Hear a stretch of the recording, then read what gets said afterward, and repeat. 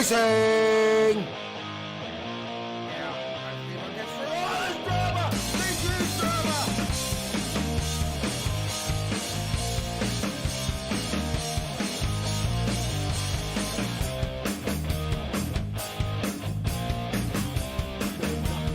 Oh, he's gone! He's gone!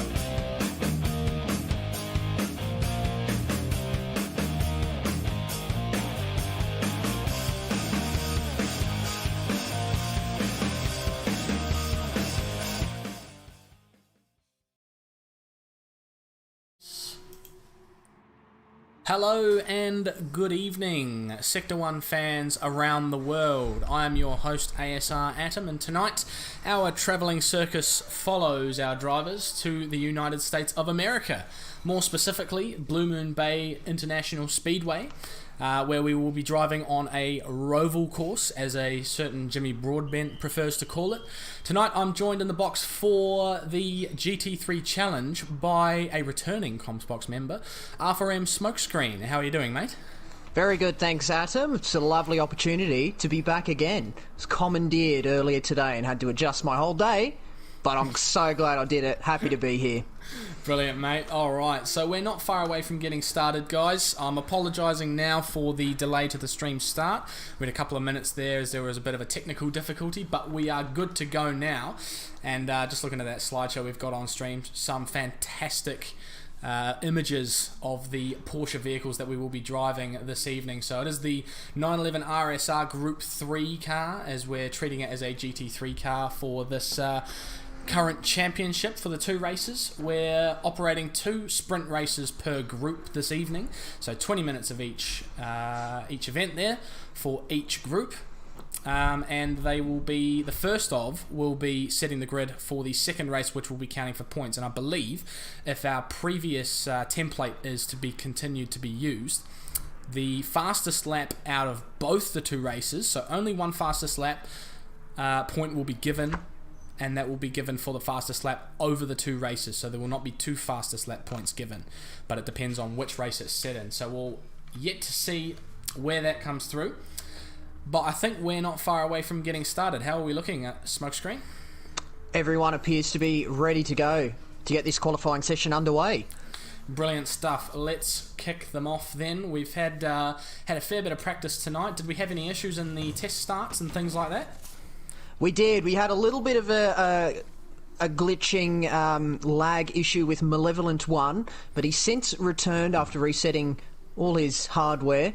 So we're going to hope to see some improvement. I haven't noticed or heard of any issues since he has returned, so we are looking good so far. Well, that's good news. We'll keep an eye on him for a little bit, just make sure he's all good as we get qualifying underway. Has there been anyone on spectacular pace or out there where no one else dares go in the practice sessions?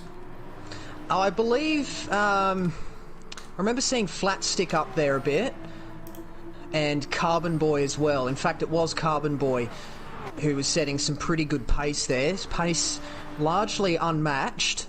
I think a particular practice lap that he was doing was he did a 108, a couple of 108s. So he potentially could be one to look for. Okay, it is Carbon Boy's first official season, I believe. He did step up a little bit for the previous season, season 4, in the what was he driving? I think he was driving a McLaren, if I remember correctly. But now, of course, we're running one make events again, spec, or I don't know, would you call that spec racing? I forget the terminology now. I suppose you would. I think if it's all the exact same setup, the exact same car, everyone's got the same machine, I think that's spec racing. So I think that's what we're looking at tonight. Have we seen any grid place penalties for drivers this evening?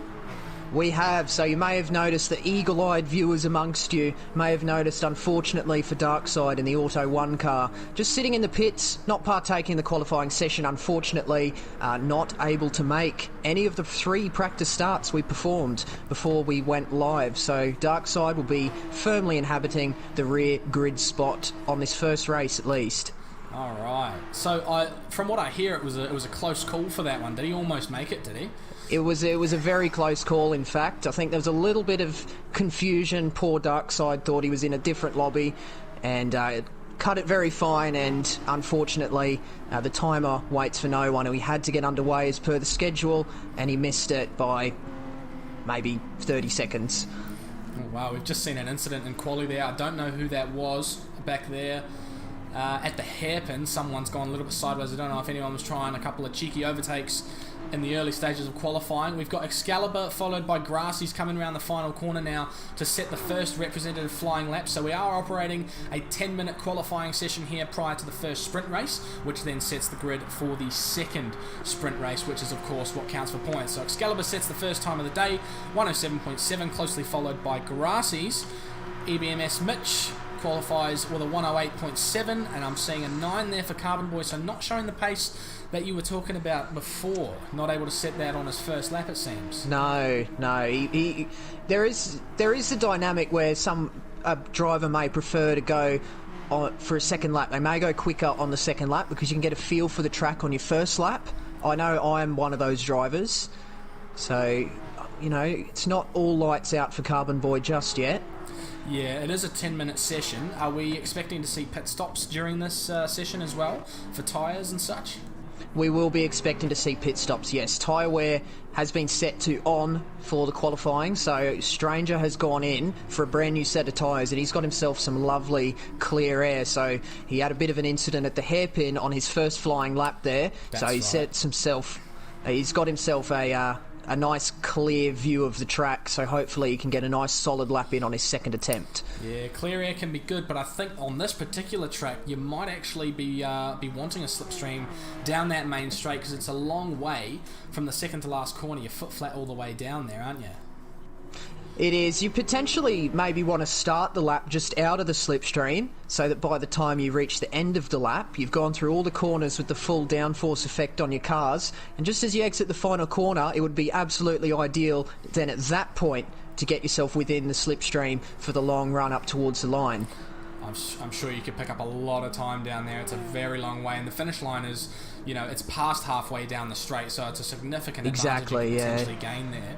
I believe last week we were seeing in the Group A races low 106s for the high end of qualifying without a slipstream. I think we did see a couple of guys working together a little bit, trying to get a bit of extra pace out of the cars with the slip on the back straight, or the home straight rather, coming out of those final two corners. We've got a couple of cars here together behind Flatstick, who's got clear air in front of himself, and they're potentially, I believe, coming around to set a flying lap time themselves here. No, Flatstick dives into the pits, following the pit lane lines very obediently.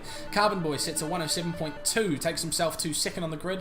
It looks like we've got a bit of a timing screen bug from Darkside, who is sitting at the top of the rankings at the moment, but of course he hasn't set a time and is intending to start from the back of the grid as well. We've got Stranger coming up towards the final couple of corners here. This is the last corner, in fact, isn't even really a corner. It's all flat out, but this will, of course, be the Stranger's first proper attempt at a flying lap. It's been a clean lap so far, and as he rounds the final corner, he's got a little bit of this straight to go. No slipstream effects to help him at all. With a target of 107.0, he crosses the line with a 108.1, so 1.1 seconds away from the current fastest lap. But again, he's got another attempt at trying to get a quicker lap there. Plenty of time left, and I'd say he probably has time to come in for new tyres as well. Plenty of time left. We've got VF off the track at the moment on the exit of turn 2. So it looks like he's had a bit of an incident there, as we see another car in front of him go around there as it catches a bit of grass, and the Stranger's actually caught up to these guys now. It looks like he's trying to set a fly. He flashes the lights at VF there, who lets him through. Very good from you guys. Love to see it on track.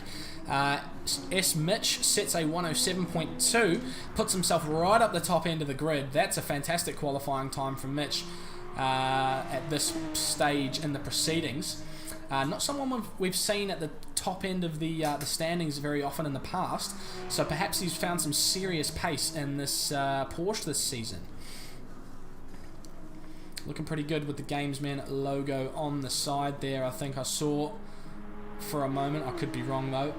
Carbon Boy currently sitting in third, so he is showing some of that pace you were talking about. The Stranger pops up with a 107.2, so now he's set a good representative lap time.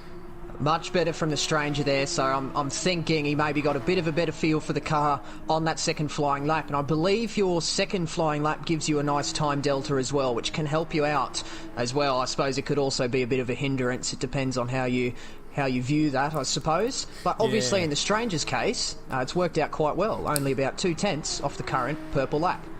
It has, yeah, and I think looking at VF, he might actually have the toe of the stranger as well here coming out of the hairpin. If he plays his cards right through this final sector, he might actually pick up a slipstream, as you were saying, onto that big long straight at the end there.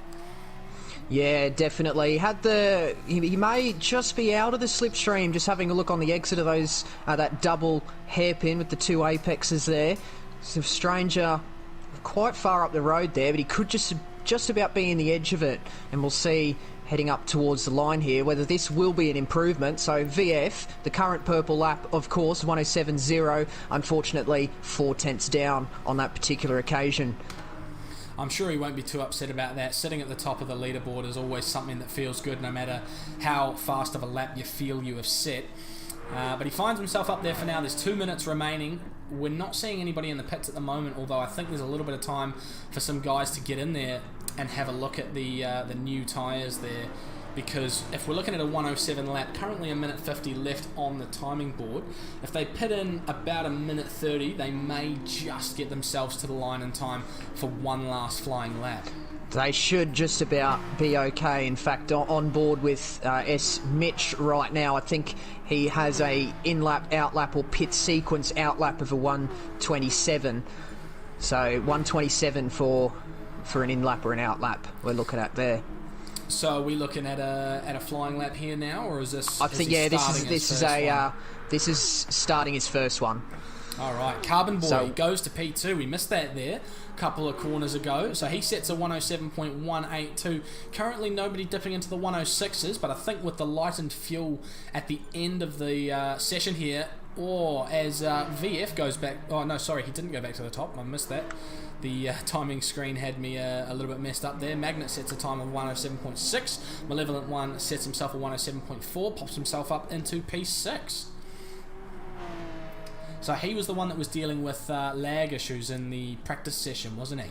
Yeah, he was. He appears to be okay now. So quick router reset, quick console reset, and he's looking good. And currently, in fact, he's looking very good, just posting a sector split of 2/10 quicker than his previous quickest of a 107.4. So looking to get himself up the grid and at least jump Stranger, who's only 1.5 tenths ahead.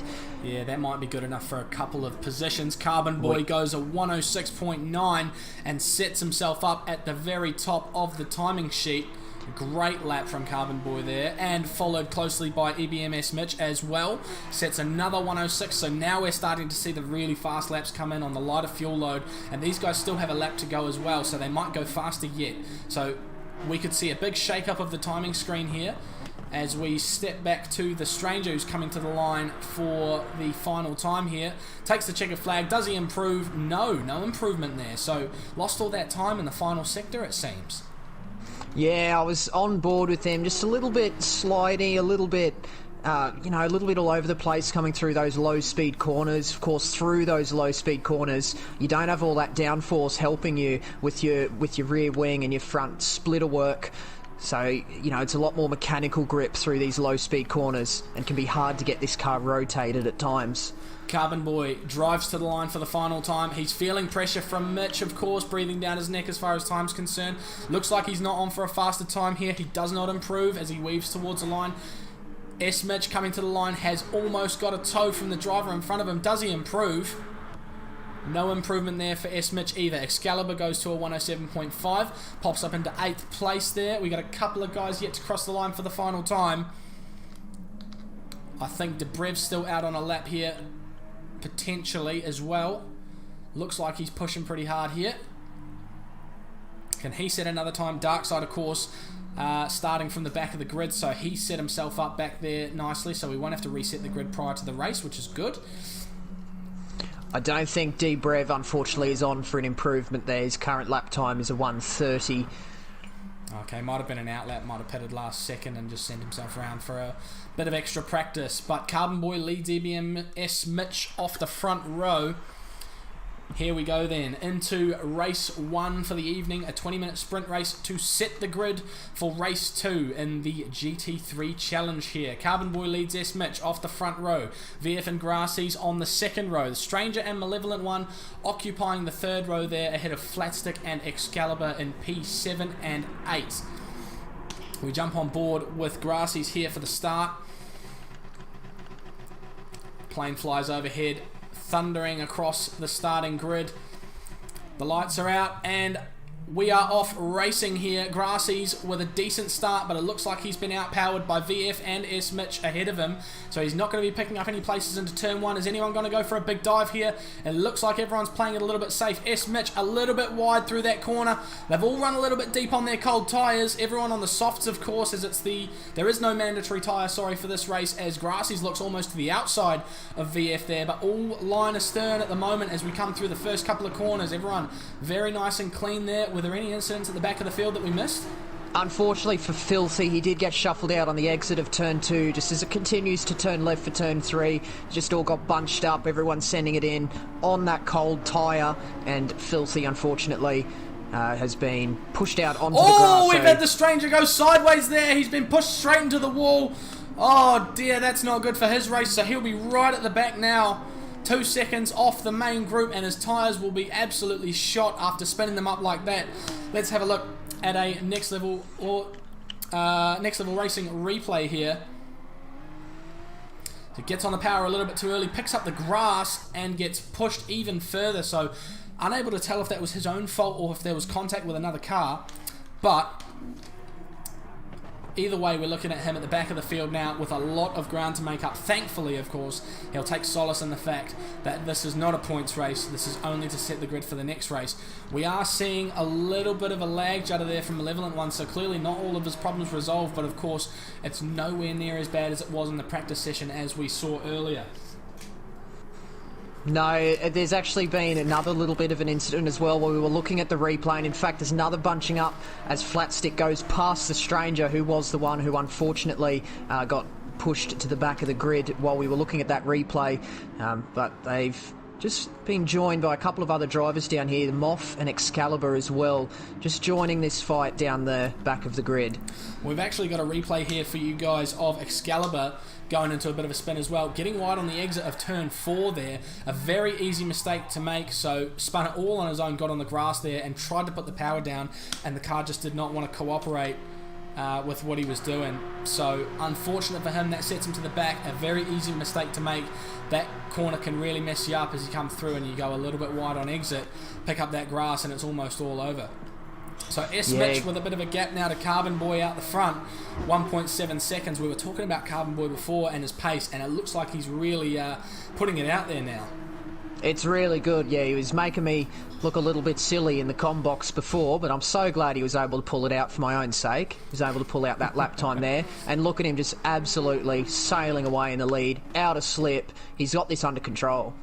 Yep, he's looking pretty solid at the moment. S. Mitch, of course, holding down P2, fending off the charge from VF behind, who's closely followed by Malevolent One and the Bad Dog there for the Auto 1 team. So this is looking like a pretty good battle here because, of course, there's 4 drivers who are all within slipstream range of each other, it looks like anyway. Although VF has fallen off the back of S. Mitch a little bit here. In fact, S. Mitch has completely broken the toe to VF and he's got a fantastic run on him down this home straight. So it looks like he's going to be good for the next couple of laps. In fact, he's actually pulling Carbon Boy back a little bit as well. 1.2 seconds the gap now. Could be looking for a little bit of a shake-up of the lead as the race goes on. Obviously only 20 minutes to get the job done here, so there's no waiting around like we do in the longer endurance races. Yeah, of course, sprint race, it does change the dynamic of the race quite a lot. It looks like he's had a pretty poor run there, though, through turn 1 as he gets on the grass through turn 4. Not on the exit, but on the entry, gets sideways, and he loses a position to boot to VF. Is he going to fight it into the hairpin? I think he is. He looks to the inside, tries to hold the position. He was gifted the inside there after his little sideways moment, and he manages to keep the position. Great defense from S. Mitch to recover after that little moment. Very well done there.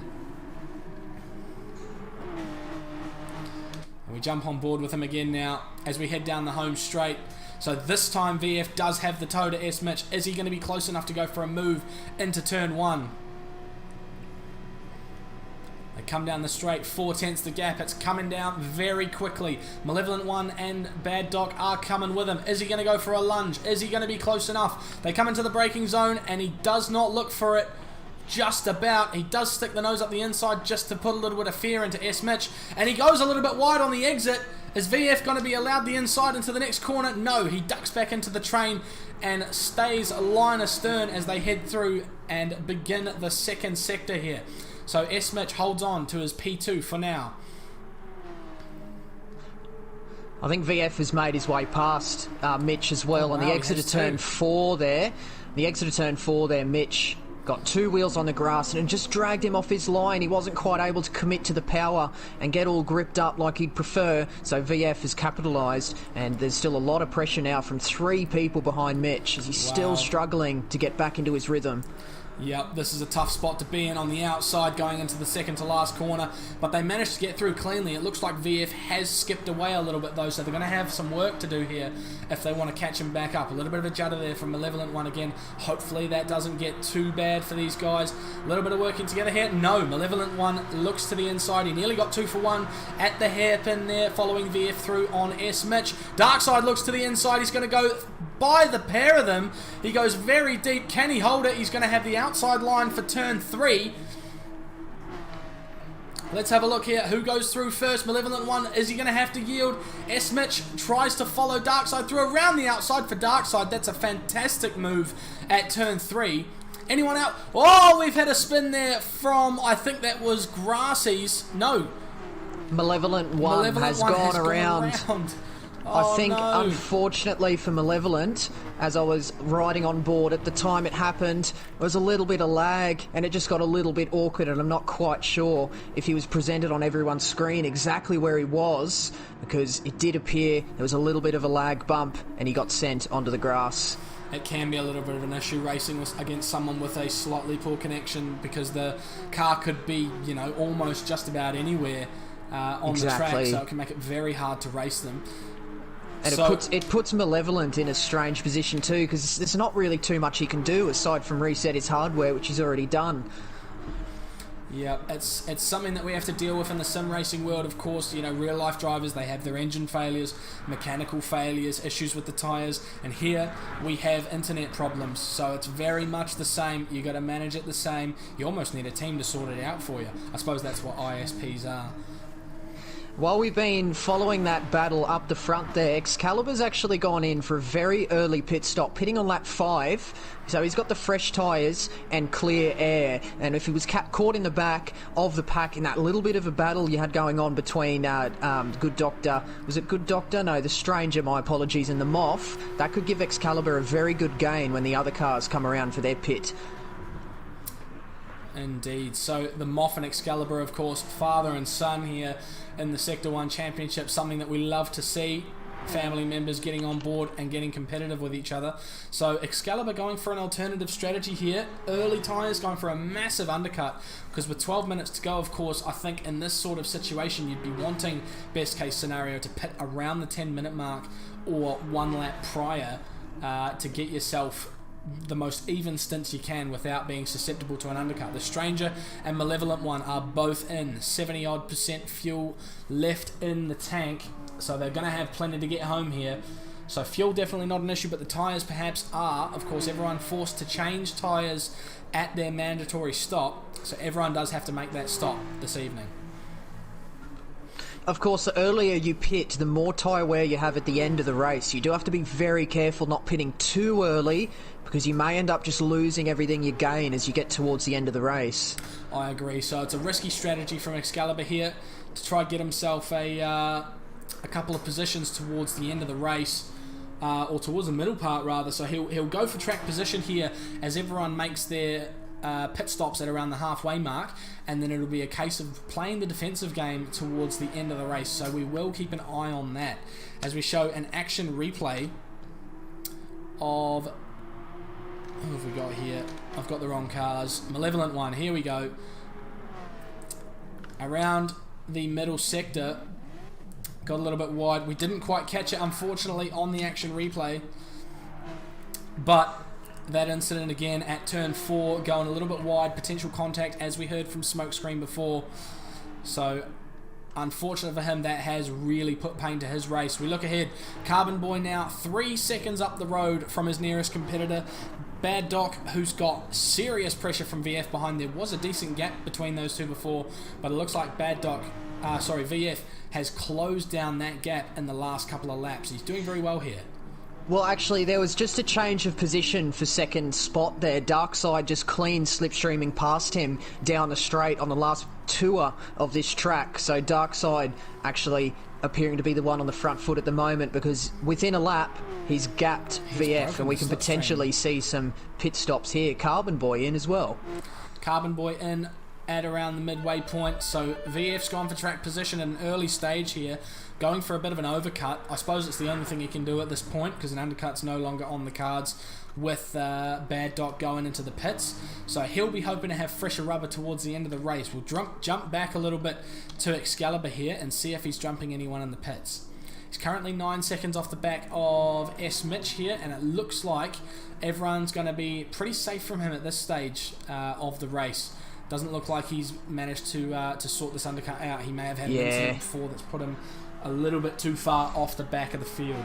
I think that is actually what has happened there, because I'm looking at some of the lap times for other people that have gone into the pits, and it appears to be around the 127, 128 mark, whereas if you have a look at Excalibur's time there around his pit stop, a 140 displayed by him, so perhaps he made an error and decided to pit in on that same lap. I'd say, yeah, that would have been the tactical decision right off the stint after a heavy spin, and get some fresh boots on and go for a massive undercut. But of course, not quite enough to make up enough time here as he goes wide at the exit of turn 4.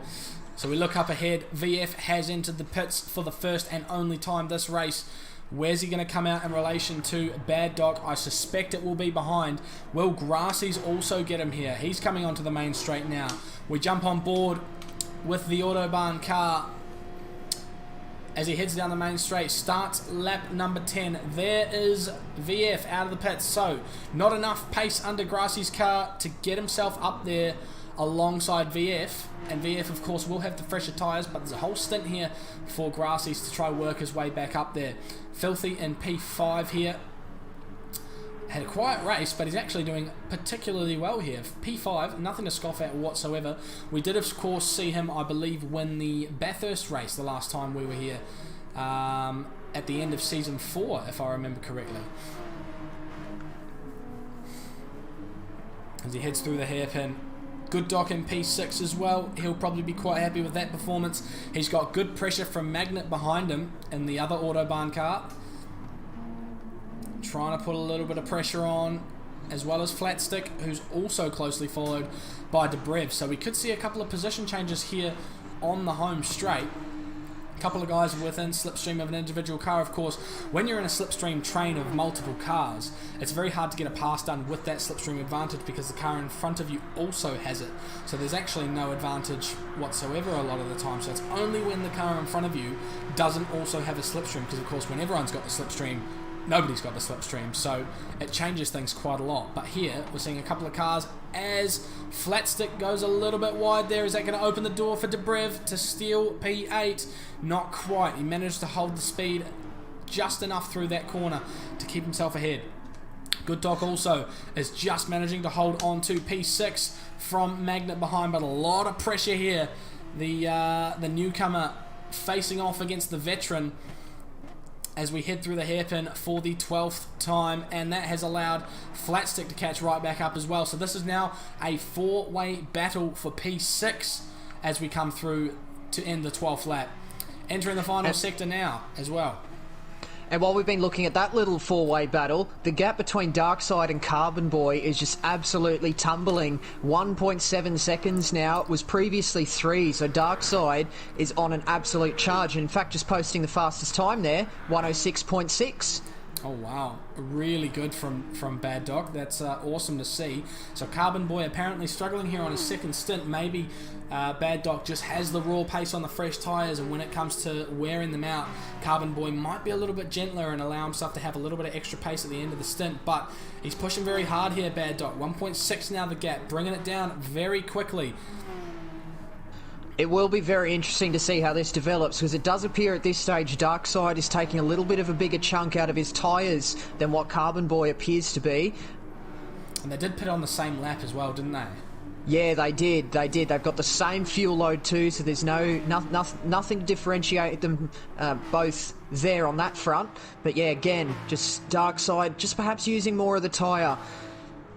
Well, he's pulling 2/10 out of him per lap, and that's what he's got to do. If he's got to sacrifice a bit of tyre life for the slipstream and potentially track position, what more can you do? You have to do it, don't you? You have to try. Oh, absolutely, especially when there's only 5 minutes of the race to go. So this could be the battle for the pole position in the second race this evening, the points race, of course. I haven't, unfortunately, got the fastest lap on my screen for one reason or another. It doesn't want to show. But, oh dear. What are we looking at for fastest lap at the moment? A 106.680 by Darkside set that lap on lap 11. So wow. Second flying lap out of his second stint there. I believe our fastest qualifying time was actually a 106.9. So he's actually outperformed every qualifying driver in the race here, in race conditions, on probably slightly more worn tyres than what he would have seen in the qualifying session. Definitely, I feel a little bit disappointed if I was Darkside, just missing that practice start and starting from the back. Although, to be fair to him, it doesn't really appear to have impacted him that much. He's still right up in the mix. Yeah, he started from the back and he's up into P2. That's fantastic. I'd actually forgot about the fact that he started from last place on the grid. That's very impressive. He's done an absolute mega job, hasn't he? Definitely a driver of the day performance, potentially. We'll see what the chat says about that after the race. The gap now, 1.1 seconds. He's taken about 3/10 out of him in the last lap as well. We head back down to the battle for 6th position as Flatstick gets past Good Doc. We'll have a look at that again in a replay in a moment. But they have dropped Magnet here as well. So Magnet's dropped off the back of Good Doc, and Good Doc has been passed by Flatstick. So there's been a good bit of battling going on there that we've missed, unfortunately. But the upshot is Flatstick takes P6 and will potentially start on the third row here, whilst relegating Good Doc to the 4th. And unfortunately, we have to come away from that battle once again, because as Darkside heads through the final turn, he's actually just got himself within the slipstream range of Carbon Boy. So looking onto the main straight here, we've got 900 metres of straight line driving down the main straight here at Blue Moon Bay. It may be just too short to get that full slipstream distance closed down to Carbon Boy, but it's going to get him within that 4/10 barrier, almost within the 3/10 barrier, coming into that very awkward turn 1 with the double bumps. Well, he's in the power seat now, and with 2 minutes 25 left on the clock, I think we're going to see 3 more laps, including this one. So once they finish this one, there will be 2 to go. So Doc has plenty of time here to make a move and get it done. He looks to the inside of the hairpin. Carbon Boy defends late, but holds his line. No issues there, and he looks to be a lot slower through that corner, getting on the power. Bad Doc getting right up to the rear bumper. He's got all the pace at the moment. What are our tyres looking like? So, as previously mentioned, Darkside has taken a bit of a bigger chunk out of his tyres, but more so the fronts compared to Carbon Boy at the moment.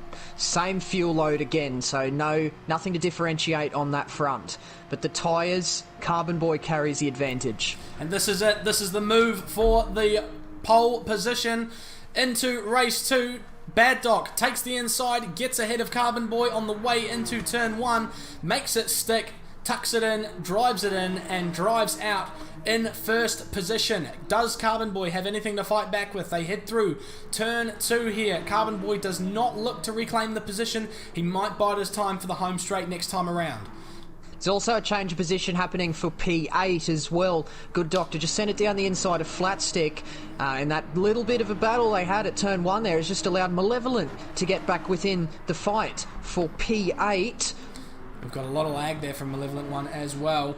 And it looks like Magnet's jumped up to P6 here. I don't know what's happened, but it looks like we've missed something pretty serious here for these guys. But there's been a big change of position. So now Magnet occupies the third row instead of Flatstick. There's a lot going on back here as guys are going for moves. Flatstick goes for a move for P8 there as there's 3 cars through the hairpin. Malevolent One following Good Doc through. Good Doc gets Flatstick again. He's going to look to the inside though. Wide for Good Doc through the second hairpin. There's a bit of contact there with Malevolent One. He's struggling with lag a little bit. I think he might be a write-off for the second race. I don't know. They head on to the main straight. Carbon Boy as well doesn't get a move done into turn 1. And he stays behind Bad Doc. But he's got 1 lap left to do it. He could beat him to the line here as the timer ticks down to 0. Darkside was just able to fend him off down that straight as well on that last tour past as he goes. Carbon Boy goes wide onto the grass on the exit of turn 4 there. That's going to just put him on the back foot a little bit coming into all these slower first gear corners. He's got to be within. P1. Oh, he's sideways on the exit there. The battle for P1 is far from over here as we head through the double apex to head towards the second to last corner. Still within slipstream range here for Carbon Boy. Can he get it done? He needs a better run through the final corner. Is he going to get it? He hits the wall on exit and it's all over. Bad Doc is going to take the win here in race 1 and take pole position for the second sprint race of the night here. As he heads towards the checkered flag, 1.2 seconds to the good. Bad Doc takes the win in race 1. Carbon Boy a close second from the back of the grid for Bad Doc as well, as we mentioned before. VF takes a solid P3, well done to him. Grassy's P4. Filthy takes P5 with a solid gap back to Debrev, who's pinched P6 from Flatstick in the dying moments of the race. Flatstick will take P7 and occupy the front end of the 4th row. Magnet takes P8, Malevolent One P9, S-Mitch in P10, he'll be disappointed with that one, and P11 for the Moth, the Stranger P12, Good Doc 13th, so he must have had an incident there somewhere, and Excalibur, a lap down, finishes P14. So, a lot to take in from that one, I think, for these guys. We've had a lot of ups and downs there, of course, all the way from the back of the grid. We had Bad Doc head himself up to P1 there. Fantastic drive, and of course the reverse of it is S-Mitch, who qualified, I don't think it was on pole, I think it was P2, finds himself in P10 there after the first race, and I think the Stranger was one as well who dropped back, and the Good Doc. So a lot of mixing and matching of the order, which really sets us up for an interesting race in race 2 here. Unfortunately for Magnet as well, he lost 2 positions on the final lap. So a little bit disappointing to the end of that race there. But of course, Darkside up 13 spots. Yeah, a fantastic job from the Bad Doc and brilliant watching for our viewers at home. I think Blue Moon Bay, it's one of my favourite tracks and it's definitely one of the best tracks to watch racing at because that home straight really makes it interesting. When there's only a slight gap in pace between the cars and drivers, that home straight is a great equaliser to allow guys to stay within the pack, close and hard and fair racing to be seen throughout every race. A very good job from all the drivers this evening, and more of the same of what we saw last week as well, so it's really good to see. So heading into... Sorry? Yes, no, all good. We're just going to get Malevolent to do another router reset. So we may have a little bit of a gap in between the races here, just while Malevolent disappears and comes back. Not a problem, not a problem. So a small delay heading into race 2. So the fastest lap, take note stewards, Bad Doc with a 106.680 on lap 11 takes the fastest lap for race 1. It will remain to be seen whether that is beaten in race 2 because of course it's the fastest lap over the 2 races that earns that point for the fastest lap. So of course normally we're only running one endurance race of about 40 minutes I believe this season, but with the 2 20-minute races we're looking at the fastest lap over the pair of them. So these guys have some work to do if they want to beat that lap because that is an absolute stonker.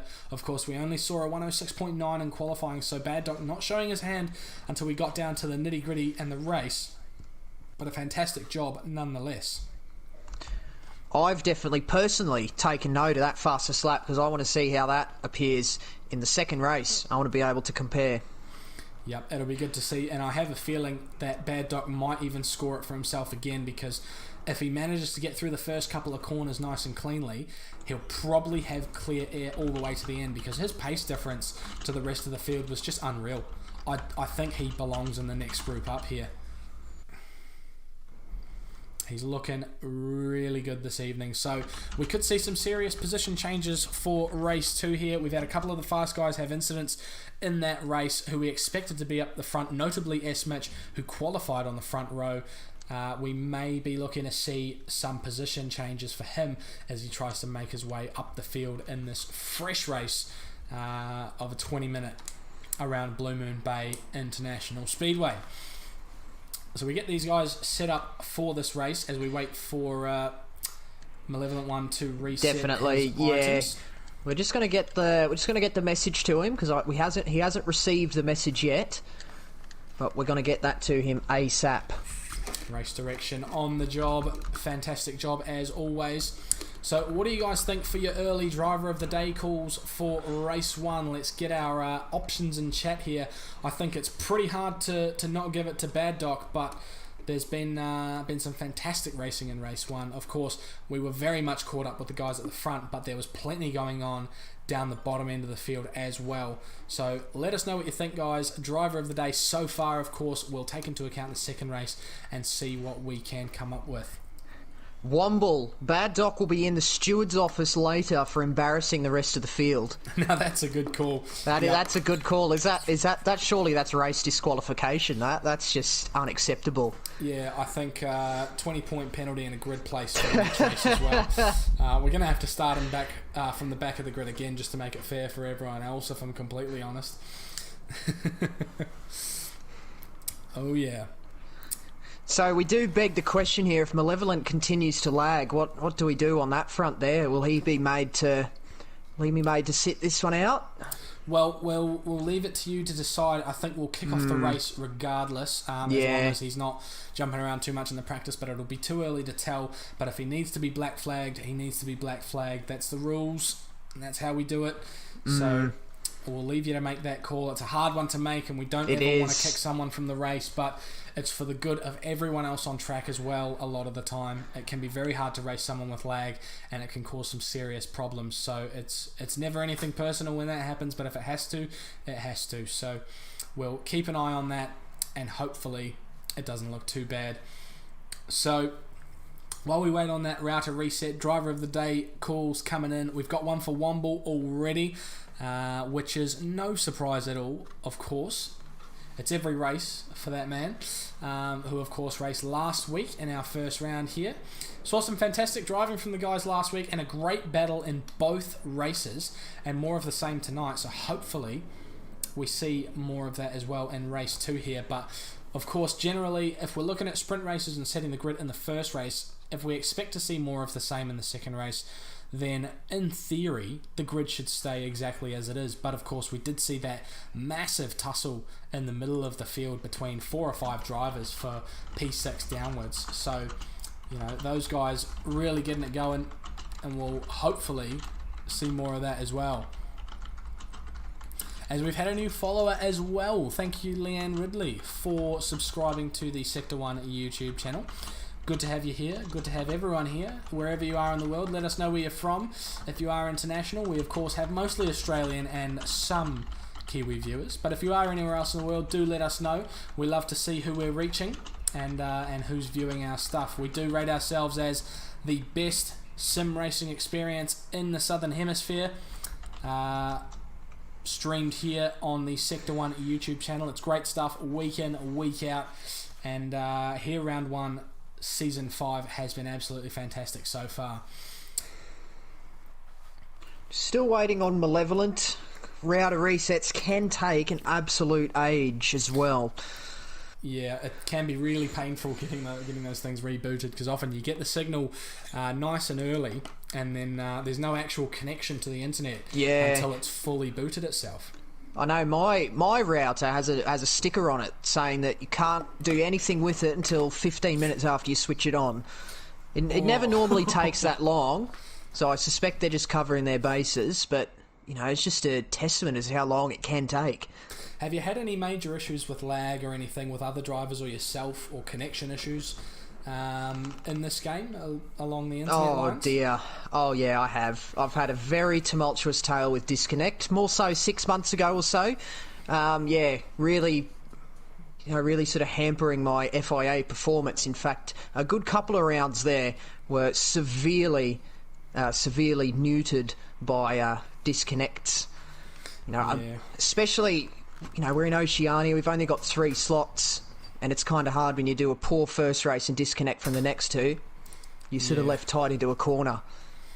Yeah, most definitely, and I'm sure not the only one dealing with network issues in the FIA. Of course, there is also the Asia-Oceania merger that's affected some people as well, with the slightly more difficult connection to the Japanese servers for the guys in Australia and New Zealand. Of course, a long way from home, that one, and we've heard much of the same from the American drivers as well. Apparently their server's not fantastic, but different kettle of fish in the lobbies. We do of course get our network problems from time to time, as we're seeing tonight, but we do our best to sort them out, and it's just something we have to race with. As we were saying before, real life drivers have their mechanical issues, engine failures, tyre failures, things like that.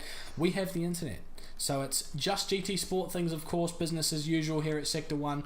But so far, pretty smooth sailing this evening. No lobby issues, no lobby bugs, of course. Just jinxing it now for my own sake, of course, and everyone watching at home. You're all welcome. But hopefully it's smooth sailing for the rest of the night. I think we'll expect to see more of that. So I'm guessing we're going to have to set the grid once Malevolent One is back as well. Exactly, yeah. We're gonna have to do that. It's no worries, of course, because I've learned how to do it from last time. Very good. So have we seen any messages from him in the Discord, just checking in on what's going on with him? Because of course it's taken a fair while. I'm sure he's not waiting the maximum of 15 minutes for the router to reboot properly. No, it only took him a few minutes before. He's probably not too far off, Yep. Well, I hope to see him back soon. I've had some disconnect issues of my own in the past, but it was actually very much a case of going back to my internet service provider to get something sorted, and a change of router was actually the thing that resolved the issue. So oh wow, you got a brand new router out of it. Well, no, I didn't get a brand new router. I happened to have a spare sitting around, and they said, try that one and see how it goes. And I actually have been all right, but I'm thinking of investing in a good one. So just to make sure we've got the highest level of things here. I don't know what the guys in the lobby are operating. All the guys in Sector 1, I think most of the guys are operating pretty standard levels of internet on not super fancy routers, of course. We're sim racers. None of us are too well off after spending all our money on the wheels and rigs and such, so the internet has to suffer a little bit, but at least we get in the lobby, I had some very kind help from Matthew McEwen, who helped me with some router settings, and it seems to have curbed my disconnect issue. We couldn't quite work out whether it was the changes he made or whether it was the router reset that I also had to do as part of that process. But nevertheless, good help from Matthew there. That's the brilliance of diagnosing internet issues, isn't it? You make an effort to fix it, and then you won't know if you've been successful or not until you disconnect again. And if you never disconnect again, you just live in fear for the rest of your life. It's about the only thing that's similar between setting up an internet and setting up a car. You only change one thing at a time. Yeah, very true. So I think we have the guys all back. So once you've set the grid, we'll get them going again. A little bit of alliteration there, I think. Always good. How good's a bit of alliteration? Need to do that more often midstream, just for the guys on track. But yeah, we're not far away from starting race 2. This is of course the points race, and we're expecting slightly less position changes, of course, but anything can happen from a standing start at Blue Moon Bay Speedway. We've got a very short run into T1, not a lot of time for gaps to form or close, so guys could be going for some serious moves on the way through that corner. And with the what's the word? Not elevation change through T1. You know what I'm talking about. Banking, the changes in banking. Yeah, so coming off the banking is very, very severe change there, which really throws the car. And if we see any incidents on cold tyres, we could be set to see some guys having some real trouble through there. So we're not far away from it now. I think I think we've just received words. We're ready to go green. Brilliant stuff. All right, well, we'll kick them off as we check out the pictures of the cars on the slideshow. Some really fantastic looking liveries there. Big thanks to the livery gods of Sector 1 who slave away at these things to make our cars look the best in the world for our sim racing series here in Australia. I say with my New Zealand accent. But we'll forget about that. We're about to go green here for these guys. Race 2, the points race, of course, here at Blue Moon Bay Speedway. This is where it all matters. This is where it all matters. This is where the points are handed out. You got to do well in this one. This is, yes, of course, it is the one that matters. There is a little bit of weight in the first one, of course, but the grid is all important here as we get the guys set up, ready to go. Dark Side leads Carbon Boy. VF and Grassy's taking the third row, as well as Filthy and Debrev in the third row. Yeah, looking a bit of a quiet race for Debrev in the last one, but he starts above the mid-pack there, of course, 7th being right in the middle of the field. Away we go, lights out very quickly there. Not much waiting around for these guys as they head down towards turn 1. A lot of guys ducking in. Debrev's going to lose out to Flat Stick here as they come through the first corner. They're nearly 3 wide up the front. Bad Doc and Carbon Boy slot into P1 and 2. VF and Filthy through to P4 there, ahead of Grassy's, who's lost a position off the start. Filthy tucks himself in there, and there's someone wide in the background. A couple of people have nearly gone round. There's a couple of guys back there who are really getting into it. Excalibur's sideways and into the wall, and that might just be race over for him again. Flat Stick has also been pushed into the wall there. He's currently, well, he was 5 seconds back from Excalibur there, but that gap has closed down again. Oh, wow. He'll be absolutely fuming after that one. Here we go. So just got 2 wheels on the grass through that second corner there. And I think a little bit of evasive action there actually from Excalibur. But those guys unfortunately now occupying the back of the field. As we jump up to the front, Carbon Boy follows Bad Doc around the Banks corner onto the main straight. These guys are all still within slipstream range of each other, so all the advantage and at the same time no advantage. So we're expecting to see no position changes into T1, and the top 4 have skipped away from the second group led by Magnet. Unfortunately, we're receiving words from race direction that Malevolent is going to be suffering from a black flag. Unfortunately, his lag is just causing issues with the racing. Nothing personal, as we said, but unfortunately for Malevolent, he's going to be made to sit this one out. Alright, so the unfortunate call has come in. We'll have him out very shortly. We've got a battle on at the front. Carbon Boy and VF right on top of each other. VF might be going for a move on the main straight next time we come around here. Just heartbreaking for Malevolent there. I really feel for him. Not his fault whatsoever, of course. It's just something that can't be helped sometimes. The internet is a fickle thing, and we do what we best to work with it. But out he goes, and the race continues on. Filthy still hanging on for 4th there. Not far off the guys in front of him. He's still within slipstream range. VF looks to the inside of Carbon Boy and takes P2 away with a 1.1 second gap to the Bad Doc, and Filthy's going to have a look as well. No, not quite. Backs out of it early. VF holds on to P2 through turn 1, and they head back onto the banking again and head towards the end of the first sector. Carbon Boy, I'm sure, is not going to take this one lying down. Here we go then, through the end of the first sector, into the middle sector, across the back straight, as it were, through the slight left-hander. Magnet a little bit sideways there on the exit as well, but he's not going to lose position. Might have a little bit of dirty tyres into the hairpin though. S. Mitch almost looking for a move there, as the second group of 3 there skip ahead through the final sector. Taking a slightly narrow line there, Magnet, Mitch and Good Doc. Good Doc hanging on to P7 here. He's done very well to keep himself out of trouble in the early stages of the race, and he's really in contention here with S. Mitch and Magnet. Actually, S. Mitch started P10, I think we should not forget. So up to P6, showing a very Bad Doc-esque performance here in race 2. A little bit of working together from Mitch towards Magnet as well, going for the bump draft technique. Just maybe trying to get within touch of that other pack of three that's happening ahead of them. Just thinking of the bigger picture here. There's only 20 minutes to do it, so you can't dawdle too much, but I think he is giving this working together thing a little bit of a chance. Yeah, it can be the tactical strategy that favours them best, of course. There's now essentially 2 trains of 3, but it looks like Magnet's got very close here as S-Match goes a little bit wide and he might lose out on the toe here, or lose out to Good Dog even. Good Dog looks to the outside. S-Match goes defensive. He's very slow through the apex there. They're going to be side by side on exit, both trying to get the power down early, and they've lost touch with Magnet, so they were working together. It did look like the right decision, but a mistake has cost Mitch the slipstream. And Magnet is not quite within range. That he needed one more bump to get himself within range, I think. He was almost there. And it's that awkward 1 second gap, and the 3 cars up ahead, or the 2 cars directly ahead rather, have the slipstream, so they're just going to drive away and that gap's just going to open up. It's just that painful 1 second. It's a really annoying little gap to have to the next car, especially if the slipstream is king, which does appear to be around this track. Good Doc takes the position away from S-Mitch. S-Mitch is going to fight it back though. Here we go then as we head through to the middle sector. Mitch yields and allows Good Doc to have it, but Good Doc runs wide on exit there, and S-Mitch is going to take the position back. So back up to P6 for Shane here.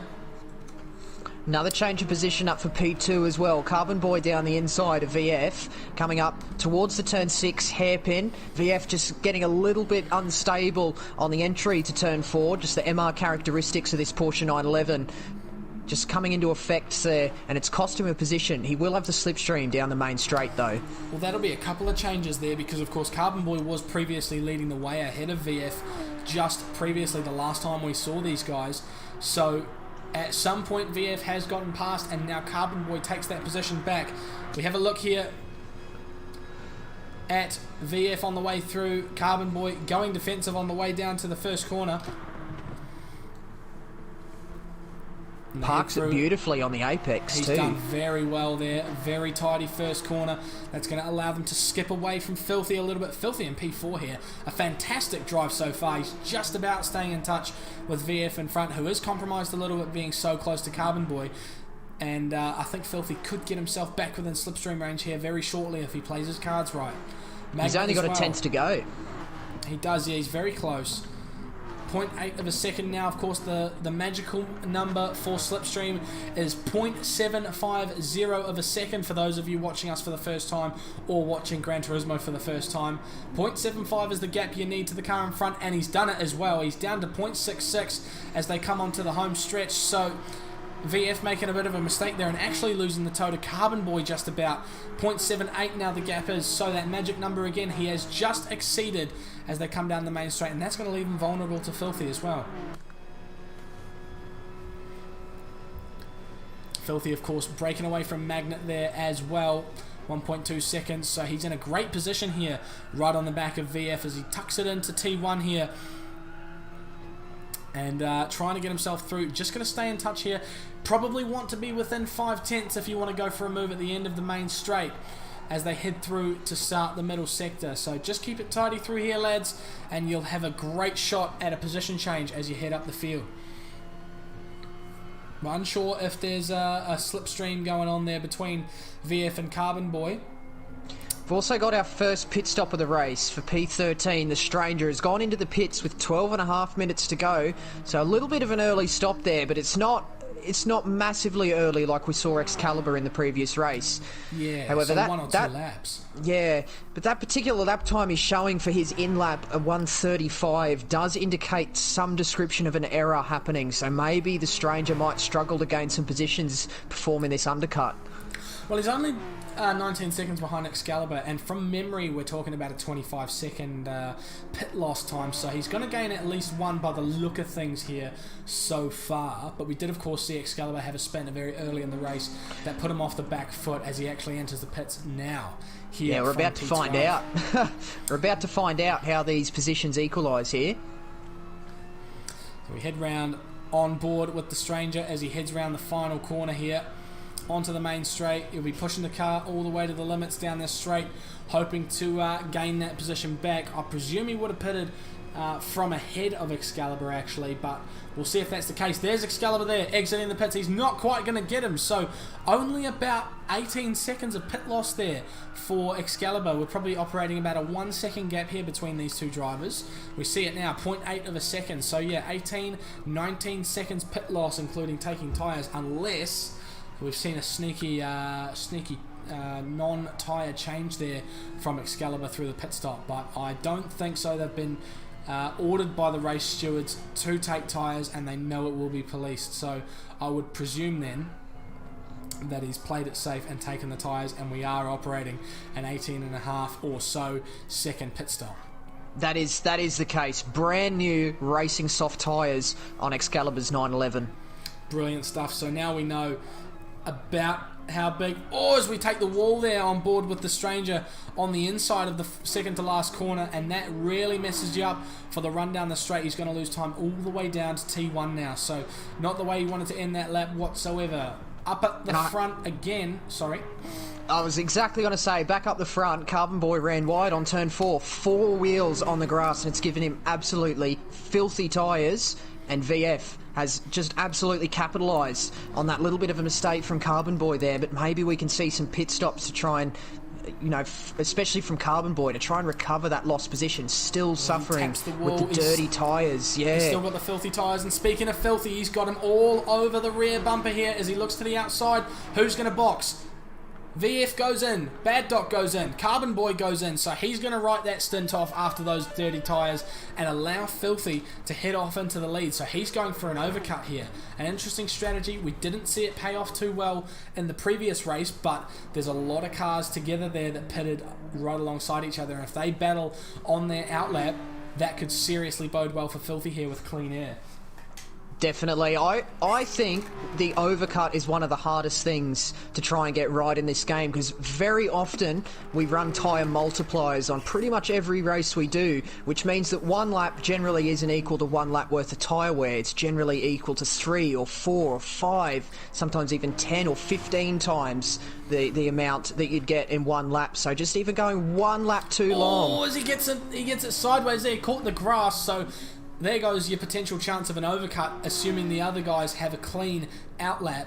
But if there's fighting there, he may still be faster. But of course, like you say, with the multipliers, and I believe tonight's multiplier being 7 times tyre wear, so 1 lap is the equivalent to 7 laps on real life tyres here. And of course, operating the soft tyres, they're not going to be lasting too long at all. And I think even if there wasn't a mandated pit stop, some of these guys might actually be stopping anyway. Yeah, there's definitely significant level of tyre wear down there as VF drives underneath the plane that's coming into land. That was a very cool shot there. But unfortunately for Filthy, he's going to drop down the field a little bit, losing positions to both VF and Carbon Boy, and perhaps even coming under pressure a little bit from Magnet on the exit of the pits, although he does appear to have been able to keep that P4 there. He's managed to hold that together. We're just on board with Carbon Boy looking back, and we saw him exit the pits there. He's got a decent bit of clear air to Carbon Boy in front, who currently occupies the P3 position. And the Stranger has disconnected on lap 11 of this race. So past the halfway point, I think affects the steward's inquiry significantly. But the unfortunate thing for him is he's not going to finish this race and score whatever points he was about to get. So again, more internet issues creeping in. Such a difficult little gremlin to have, isn't it? Yep, it can really, really hurt your race chances here. Carbon Boy now is actually closing in on VF ahead of him here as we sit on board with him. He's got to run onto the straight. 0.8 of a second now the gap. He's not quite going to get within slipstream range by the end of the lap, but I think he's going to have a good chance at battling with him over the course of this stint here. I would tend to agree. Carbon Boy's put a pretty valiant effort in. On lap 10, I was looking at specifically had a quicker lap time compared to VF on his lap 10. So closing in the gap, although it does appear roles reversed for lap 11. VF setting a little bit of a quicker lap time compared to Carbon Boy there. So that gap ebbing and flowing like a yo-yo for this P2 here. And yes, P2, someone we haven't mentioned, Dark Side up in the lead. 5.8 seconds up in the lead.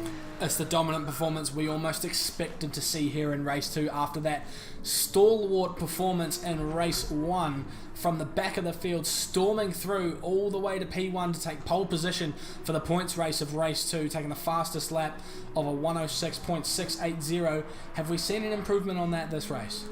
Not so far. However, this last sector split that he just went through was purple on his current 106.865, so 2/10 slower than the last lap so far, and unfortunately not able to bring this lap home as an improvement upon that. And I think it'll get harder and harder to try and sort of beat that lap time as the race goes on, because of course the tyre wear will begin to take hold, take effect.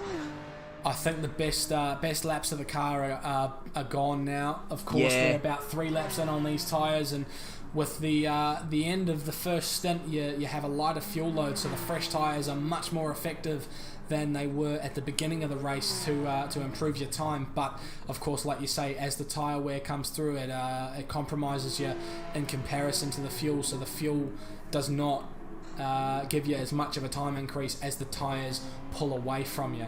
So 6 seconds now the gap. He's done very well here, and I think he'll just be trying to coax the car home here and just keep the win. It doesn't matter how much you win by as long as you win it, so it'll be just a play it safe game here for Bad Doc as he runs through the final corner to start lap number 14.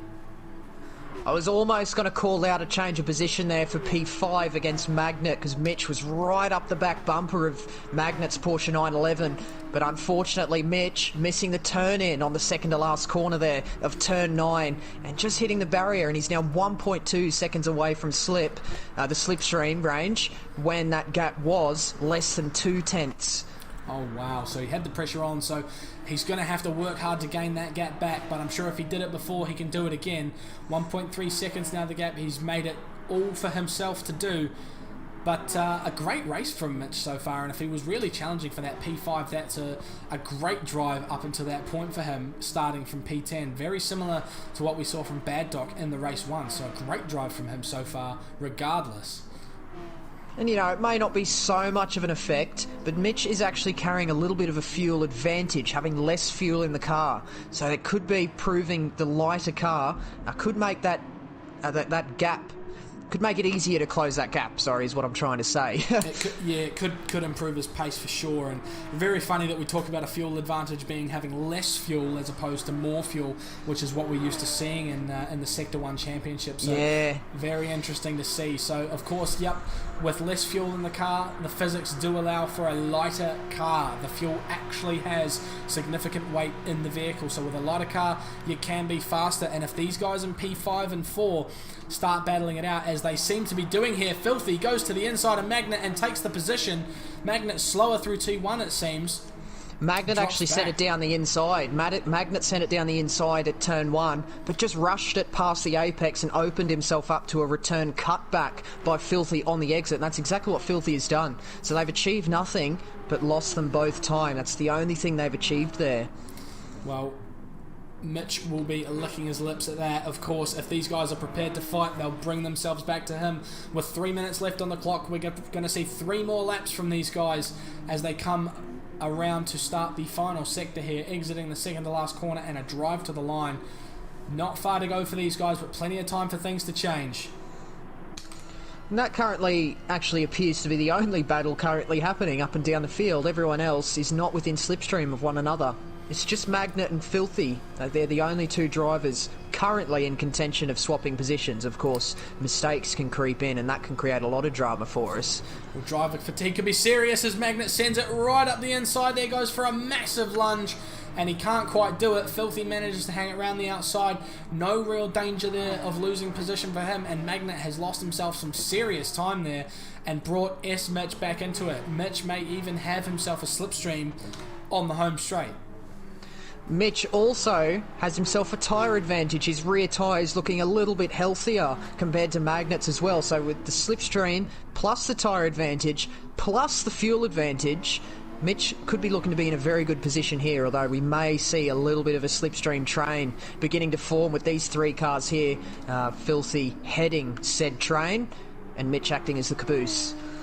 Oh wow, yeah, this is shaping up to be an epic finale for 4th position here between these guys. A little bit of a wall tap there from Magnet, drops himself out of the slipstream of Filthy and opens the door for Mitch. Mitch is going to have a great opportunity here to get himself by. As we jump on board, looks to the inside, goes straight past Magnet like he's standing still. The slipstream advantage plus the run out of the final corner, heads into T1, a car length ahead of the Autobahn car. Nice position made there for Mitch, up to P5 from P10 on the grid at the very beginning of the race. Really solid performance there, actually. Almost driver of the day material, isn't it? I'd say so. I don't know if we take driver of the day per race, but he's really making an effort to put shade on Bad Doc's first race as far as performance is concerned. He's done very well here. So now he's got past Magnet. He'll be looking to get himself up to the back of Filthy and get himself that P4 position. The podium seems to be locked down at the moment with 44 seconds left on the timing screen. Bad Doc will come across the line here to start the final lap with a 6.7 second advantage. Won't be pushing too hard. VF and P2 with a 1.6 second gap to Carbon Boy behind him. P3. And they're looking pretty safe up there. Yeah, there's definitely no point in taking any chances on this last lap, especially in Darkside's position. You've got 7 seconds to play with. You know, you might as well just take it easy, just drive at 70%. It's just no risk at this point. He looks so comfortable in this car, honestly. His lines are fantastic. He looks like he's on fresh tyres. His grip is just absolutely perfect. Zero mistakes, it seems, across the course of the race. Look at that through there. Just the perfect amount of slide on exit there as well as he comes through the double apex. Look at him on that racing line. You can see the rubbered in line through there, and he's stuck to it like glue all the way through that corner as he does it again here. No sign of tapping the wall on exit here as we drive to the line. Bad Doc will take the win in race 2 here. The points race of the GT3 challenge here for the Auto 1 Ragged Edge racing car. 7.3 seconds to the good. Takes the checkered flag. A fantastic drive in both races there from Bad Doc. And surely driver of the day material. VF takes a solid P2. He'll be happy with that. Ahead of Carbon Boy, who was also looking very fast the whole day. Filthy takes P4 ahead of S Mitch with P5. Magnet and Grassy's take 6th and 7th respectively. Sorry, Grassy's and Good Doc with a run to the line.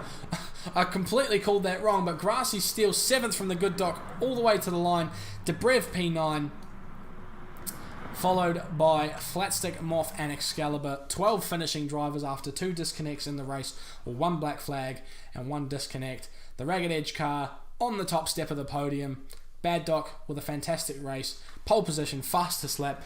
Everything you could possibly ask for from the man. Very well done from him.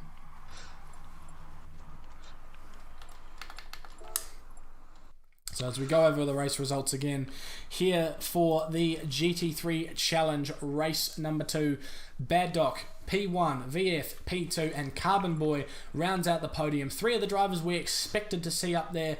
Of course, Darkside with a bit of a surprise starting from the back of the grid in the first race. Absolutely asserted dominance over everyone in the field there with a 7.3 second lead at the end of the second race.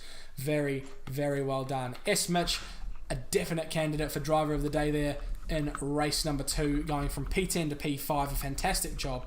Magnet P6, Grassy's P7, Good Doc P8. A bit of a comeback there from Good Doc. I think he was also down in 12th or 13th to begin with. And Debrev, Flatstick and Moth, followed by Excalibur. Didn't quite have it tonight. He had some bad instances in both races, which put pain to his efforts tonight.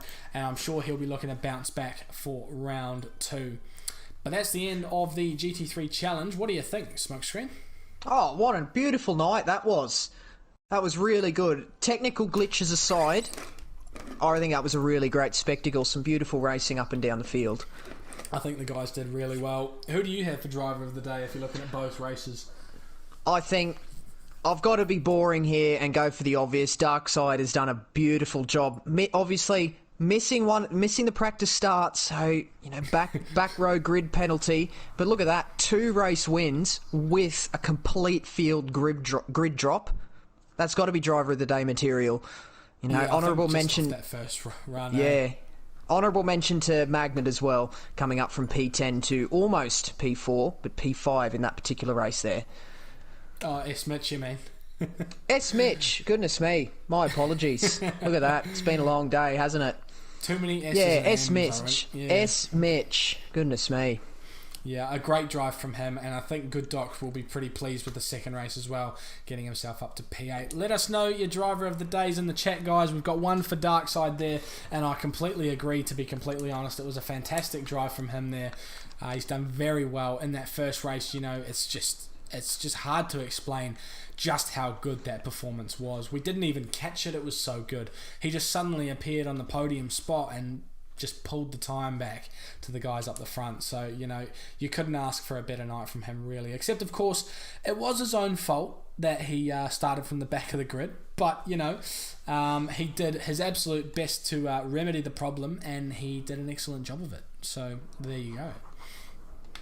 So, thank you very much for joining me, R4M_smokescreen. It's been a pleasure having you here, man. It's been a pleasure to be here. I hope you enjoyed it. I hope you enjoyed the racing. You had a great call. I'm going to head over to the other lobby now. So I do thank you very much for being here. And I do thank you all very much for watching. Alrighty. So we head into the Porsche Supercup race, or Porsche Supercup race rather. I should really say it correctly. So I am joined for commentary for this particular race by a certain Mr. Brent, or Karen Unleashed as he's known on PSN. How are you doing, sir? I'm good there. Adam, how are you, buddy?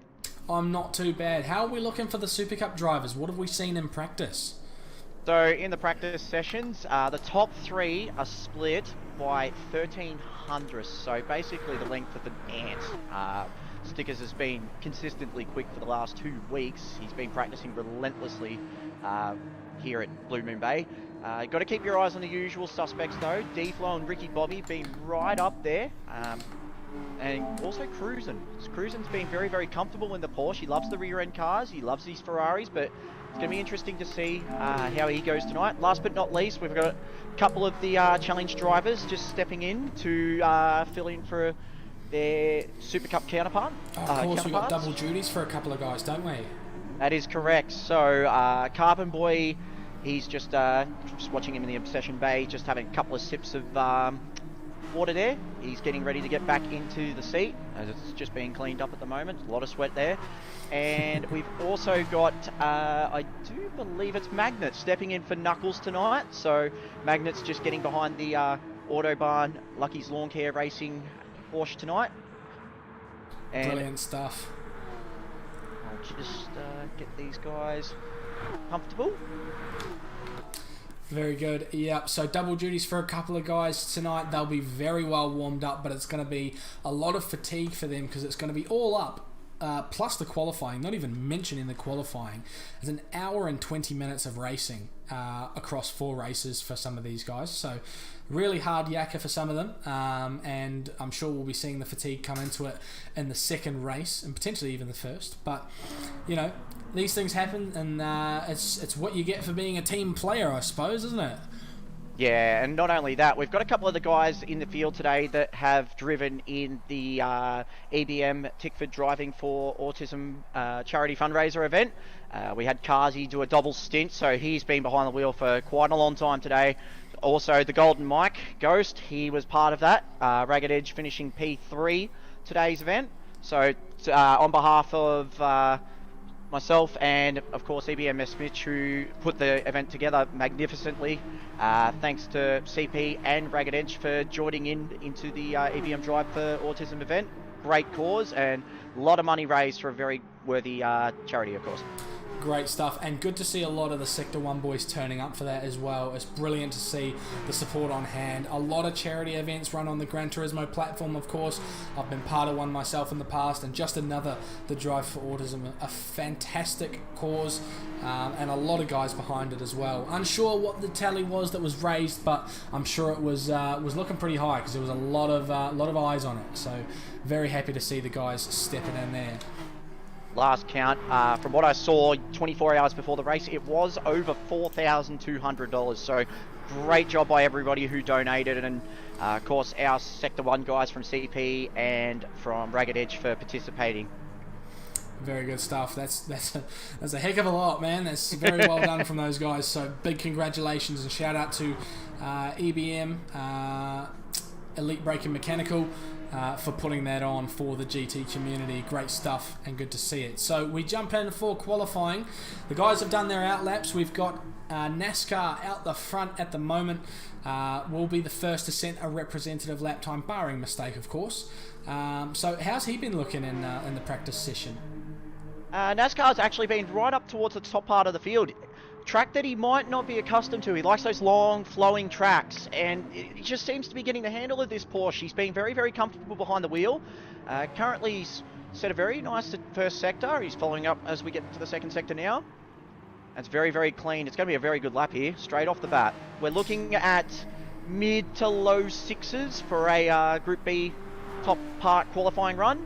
We may even see a high 5 in a slipstream, of course, unless you're the Cyborg, who's just absolutely freakish. Yeah, anyone who's Sector 1 familiar will know who the Cyborg is. A 106.8 and a 106.5 for Ricky Bobby, so the standard is set very early here. Some really quick laps being set down by these guys, so fantastic job from Ricky Bobby there. I think he's had a couple of appearances in Group A in the past, hasn't he?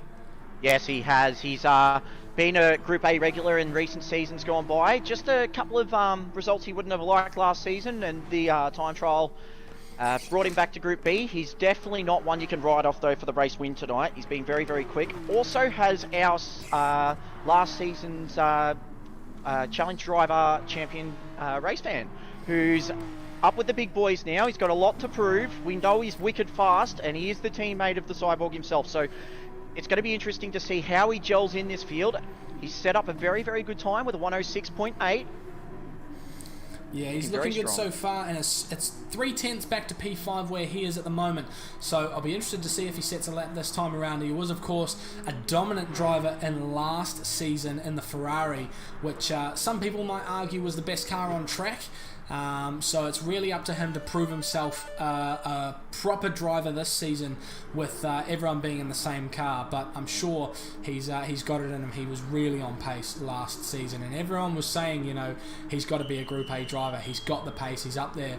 And of course, a lot of people might not know, if you're back to Sector 1 for the first time in recent days, we've had a different system for setting the groups up this season, haven't we? Yeah, that's correct. So pre-season wise, we had a time trial event around a very famous track of Sector 1, of course, reversed, Maggiore West, and it ended up with some very tricky results. For example, there's a couple of drivers in this field that you would assume would be right up there in the Group A packs, such as we've got D-Flow, for example, sitting in P4 at the moment, a couple of tenths down. He's going a little bit quicker at this lap. We know he's definitely a race-winning driver in Group A, and the TT sort of just knocked him around a little bit. There were a couple of little shocks in the groups. He'll be looking to push up to Group A and contest for the title as he comes in. Yeah, so time trial really threw a spanner in the works for some guys, from what I know. It's you've either got it or you don't, and when it comes to time trial on this game, some people really excel at it and some people really struggle. I myself am one that struggles quite a lot when it comes to time trials. You know, of course, we have the online time trial leaderboards for FIA and daily race events and things like that, and I've always struggled to set a good time or a time representative of where I usually find myself on track. So slightly unsurprising to see a couple of guys being thrown into groups that we wouldn't necessarily expect them to be in, but we'll see the season sort itself out as it goes along. Of course, we've got a couple of guys who we expect to see jumping up, but they've got to put the performance in the car and in the race and do the talking on the track. So, you know, it's not just going to be handed to them on the track. So if Race Fan wants to get himself up into Group A, or D-Flow does, or anyone else, they're going to have to win races, and it's as simple as that. Ricky Bobby still sitting on provisional pole position. Goes faster with a .455. Still no slipstream for him, so he's looking confident. Not looking for a tow here. Going around track in clear air, because it could be argued that you would set a faster lap time with slipstream, I would say. Keep an eye on stickers though. P2 the new team owner for the brand new Lightning Motorsport squad. Fantastic looking car, I must say. The Lightning all over the Merlin. I think it's the auto. Oh, I can't remember what exactly they do. I do apologise, stickers. But yeah, he's looked very, very fast all pre-season. He was a surprise in the time trial, and even the practice events, he's just been wicked fast, keeping up with quite a lot of the top guys in Group A. Also want to give a mention out to DJ Brain, P4 at the moment, in beautiful Angelo livery first, and he's actually fastest in the first sector at the moment. Driving for CJ Esports. Purple. Very good to see. So that'll be teammate of the Malevolent one, based on the livery, just looking at it, who of course we saw get black flagged in race 2. Hopefully they're not sharing the same internet in the garage there for this particular race. They may have resolved their team internet problems there. Got DJ onto the track with a nice strong connection. We're not seeing any issues from him, but he is looking very fast. And of course, to go back to stickers, like you say, a new team on the track. The car looks fantastic. And as far as the company Merlin, of course, I'll tell you what they do. They sponsor a Sector 1 team, and that's all we need to know that they're good. And there's D-Flow at the top of the chain there, 1.128 clear of the rest of the field. With 2.5 minutes to go, there's not a lot of time for these guys to give that an answer, and I think D-Flow may even have enough time to go around again, get some new boots, and set another time. He's equalled his first sector. He set a 106.327 last lap. Also keeping an eye on Ricky Bobby. He's just on an out lap. He does have a little bit of a slipstream in front of him with NASCAR, so that might come into play a little bit. Big shout out to Lucky as well. Lucky's... He's been neither here nor there pre-season. He's been very quiet. He's cut in quite a few laps, but this is a brand new chassis for him tonight. I must say that out of all the 14 cars that are presented by Sector 1, this has to be the best looking livery of all the teams, I must say. Melbourne Polytechnic jumping on as Lucky goes purple for the second sector. He's looking very, very quick. He's looking good. NASCAR jumps up to P5 there, not far behind him as well, but we're expecting to see Lucky jump himself up the field a little bit. So he was purple through that last sector by the sound of things. He comes to the line, drives it through. A Group A driver last season from memory, goes up to P2. Only 9 thousandths away from D-Flow. He's got one more chance to set another lap. Well, 2 chances maybe, but he will be wearing out his tyres here, so he's got to put the foot to the floor now. This is his last chance.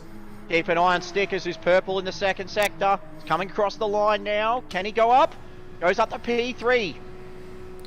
Look at the gap, though, between the first 4. There's only just over a tenth between them. Yeah, it's not a lot, and nothing to scoff at, of course, for these guys. Ricky Bobby now coming through to set what might be one of his final laps here. He's up by a tenth. Hasn't quite got the slipstream of the car in front of him, but yes, he is up on his time as we head to the line. Comes across the line. Oh, he goes to the top. Brilliant what a lap, stuff. A 106.2. Wow. Absolutely smashed it through there. Unbelievable stuff. So D-Flow's got work to do. Is he on a flying lap? It looks like he is. This will be his last chance to unseat Ricky Bobby. He's just on an out lap. He's just on an out lap. So, yeah, he's got one more. He's going to barely get over the line. He's got a little bit of a slipstream, but he's got some work to do to catch right up to it. That's all right. As we were talking with Smokescreen in the last race, could be the best strategy here to go through the first 3 quarters of the lap a little bit out of the slipstream of the guys in front of you. Stickers goes to P2 there. Wow! 106.274. Great job for him, but that is his qualifying over. There is no gap whatsoever between Ricky Bobby and Stickers, but Ricky Bobby set a purple final sector. He's got a massive tow from NASCAR in front of him. This should extend the gap. That'll be it.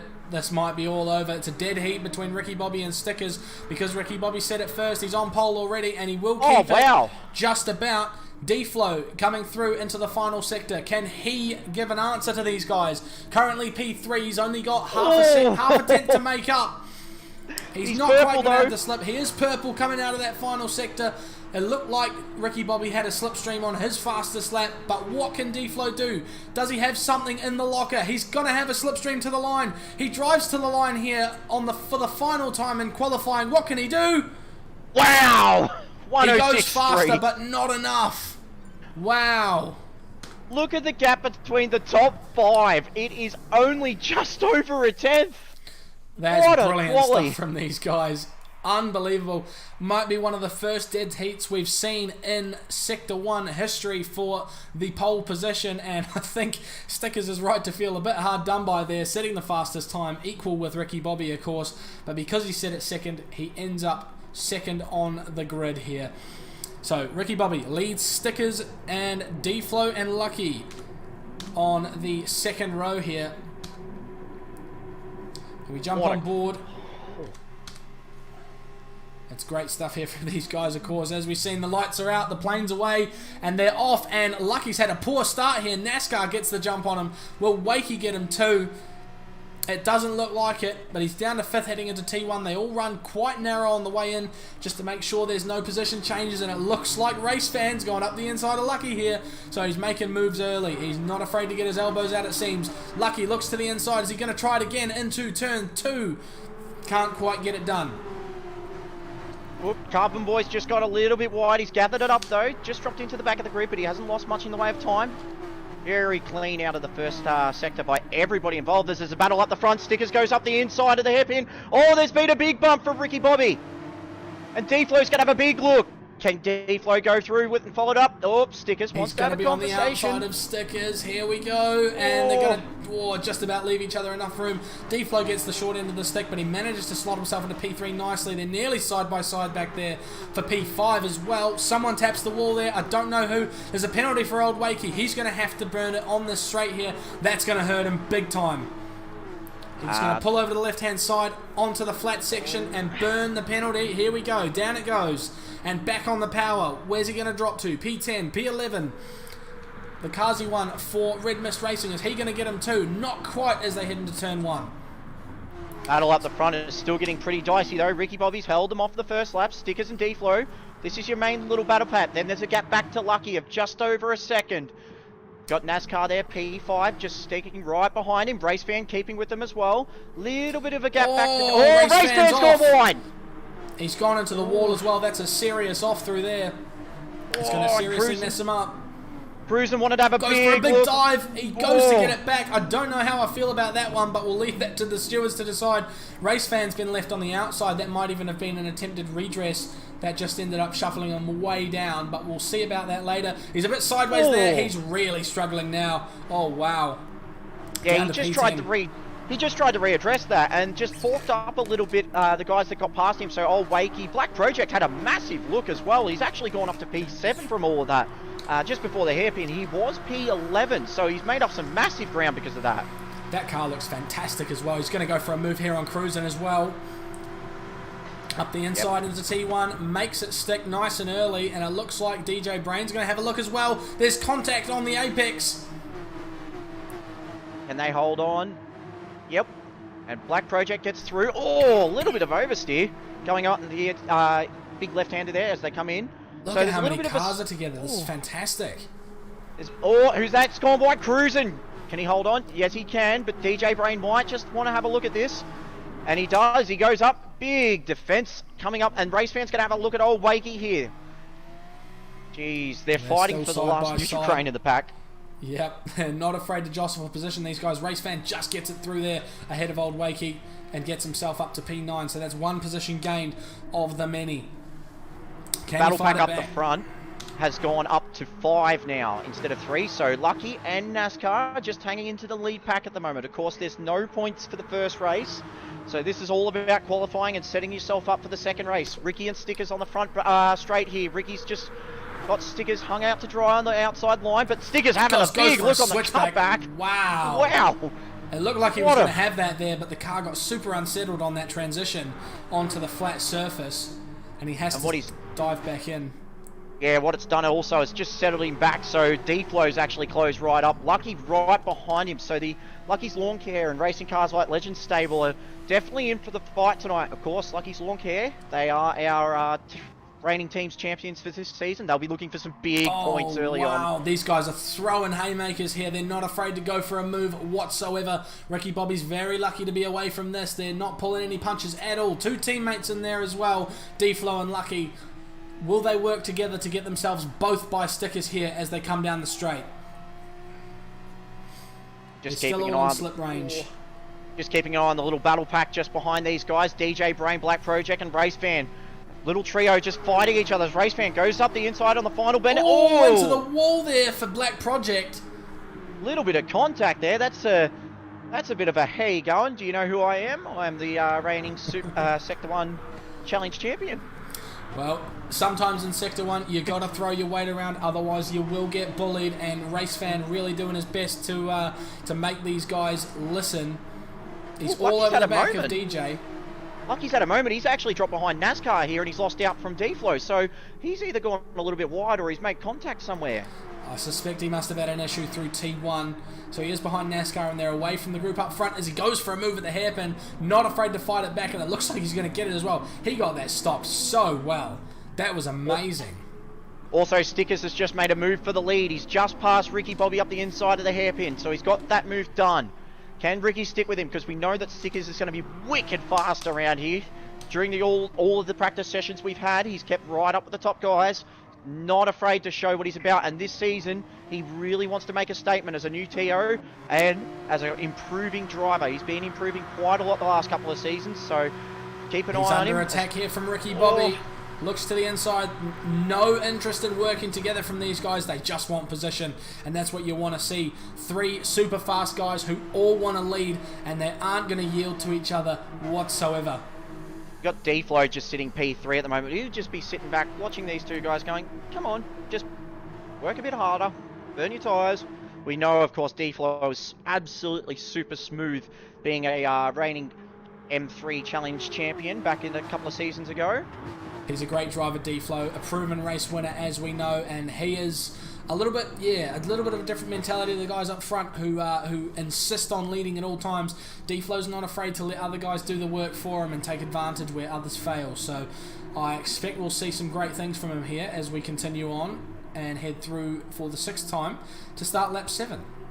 Just checking out the corporate box at the moment, watching Good Doctor and Jim Bob have a conversation, and Jim Bob's going to send Chase a bill for the bit of aggression up the inside of Black Project there, and Jim Bob's asking what CP have been drinking this week.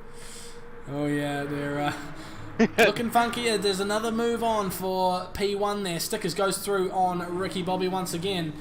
Or was that a defense actually? They're right on top of each other. Look at that. Battle for P4 is interesting as well. NASCAR just went a little bit wide. Lucky got the cut back and he's made his way up.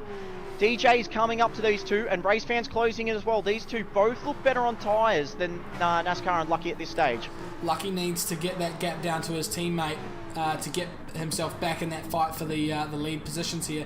He's a very late breaker into that hairpin. Is he going to pull it back just enough? Those guys are going to slow each other down through this next corner or two. There's a bit of a sideways moment for Stickers there. Oh, Stickers got a penalty. He's got a penalty as well. So he's burnt some of that there on accident. So he's got himself a half second somewhere and burnt off some of it through the corners, which is just something that naturally happens a lot of the time. But he's going to have to burn that final 10th here on the straight and fall back to probably P5 here. Yeah, he just on that right-hander on the start of Sector 2. If you cut it just even the tiniest amount, it'll give you a half-second penalty. And it's very, very hard to judge just how much of that corner you can take. If all 4 tyres go off, that's it, done. But this battle pack's really started to close right up now. These top 7 just within 2 seconds of each other. And then you've got a battle behind us. Black Project clobbers the wall. In P8, he's got Cruisin' and Old Wakey right behind him. These guys are not mucking about. There's battles everywhere. The positions are changing faster than we can keep track here. Yeah, these guys are all over each other as well. Just keeping an eye further down in the grid as well. Big shout out to the crazy one tonight, Kazi. Currently P13 at the moment, but as we mentioned before with the ABM Drive for Autism charity race, he did a double stint of that. So he's been on the wheel for a very, very long time today. Very tired boy at the moment. Hanging in there at the moment. 12 seconds behind, but he'll just be thankful he can keep the car in one piece and just put on a good show for everybody tonight. He's very well practiced when it comes to the endurance races. I think we saw, of course, last season coming up to the Bathurst round at the end. He had himself a full Bathurst endurance race, similar to the Drive for Autism today, as some guys come into the pits there. He'd put in a whole lot of laps at Bathurst only a week prior to our Bathurst event here at Sector 1. So he was super strong in that race as well. That was, of course, an extended race, 60 minutes, longer than what we're used to here, and he really showed his strength. So it looks like struggling a little bit with the sprint races, not really his forte for the Kazi one, but when the endurance races come back, I think we'll see some better performances from him. Definitely keep an eye out. Just checking out the fuel and tyre balance, of course. Being a sprint race, these guys will go as hard as they can. There's no saving fuel here, which is good for us Deeds boys. Anyway, the best from D-Flow. The best placed guy on tyre life right now is actually NASCAR in P4, who's just hanging on the back of these guys and cruising as well. Cruising's really looked after the tyres, especially that right rear. It's looking very peachy, so he could probably go around 1 or 2 more laps.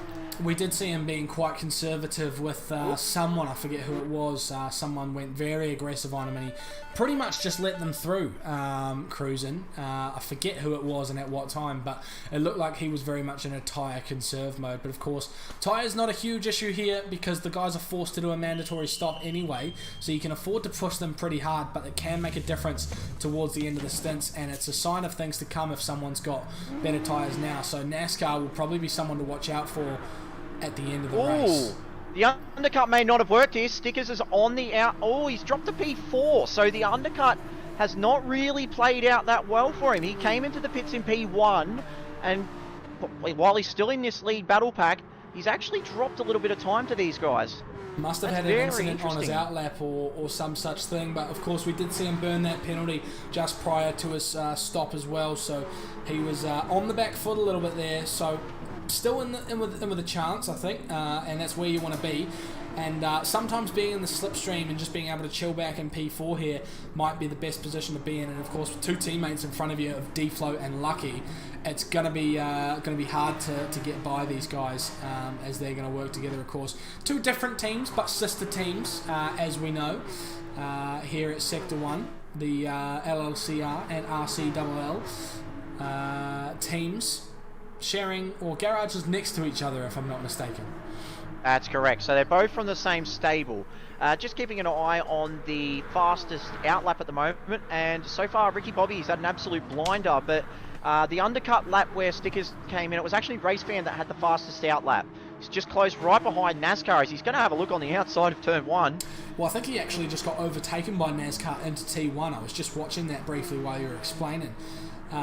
Went for a move following the slipstream advantage down that main straight, and there's a good battle there between Wakey and the 2 cars behind him as well, and they might just catch up to Race Fan here. Race Fan's struggling a little bit this particular race. We'll see if he pulls out some pace in the second race for points, but holding on to P7 and not looking like he's got a significant advantage like he had last season against the guys that he was racing against there. So we'll bear watching to see what happens to him as we go along.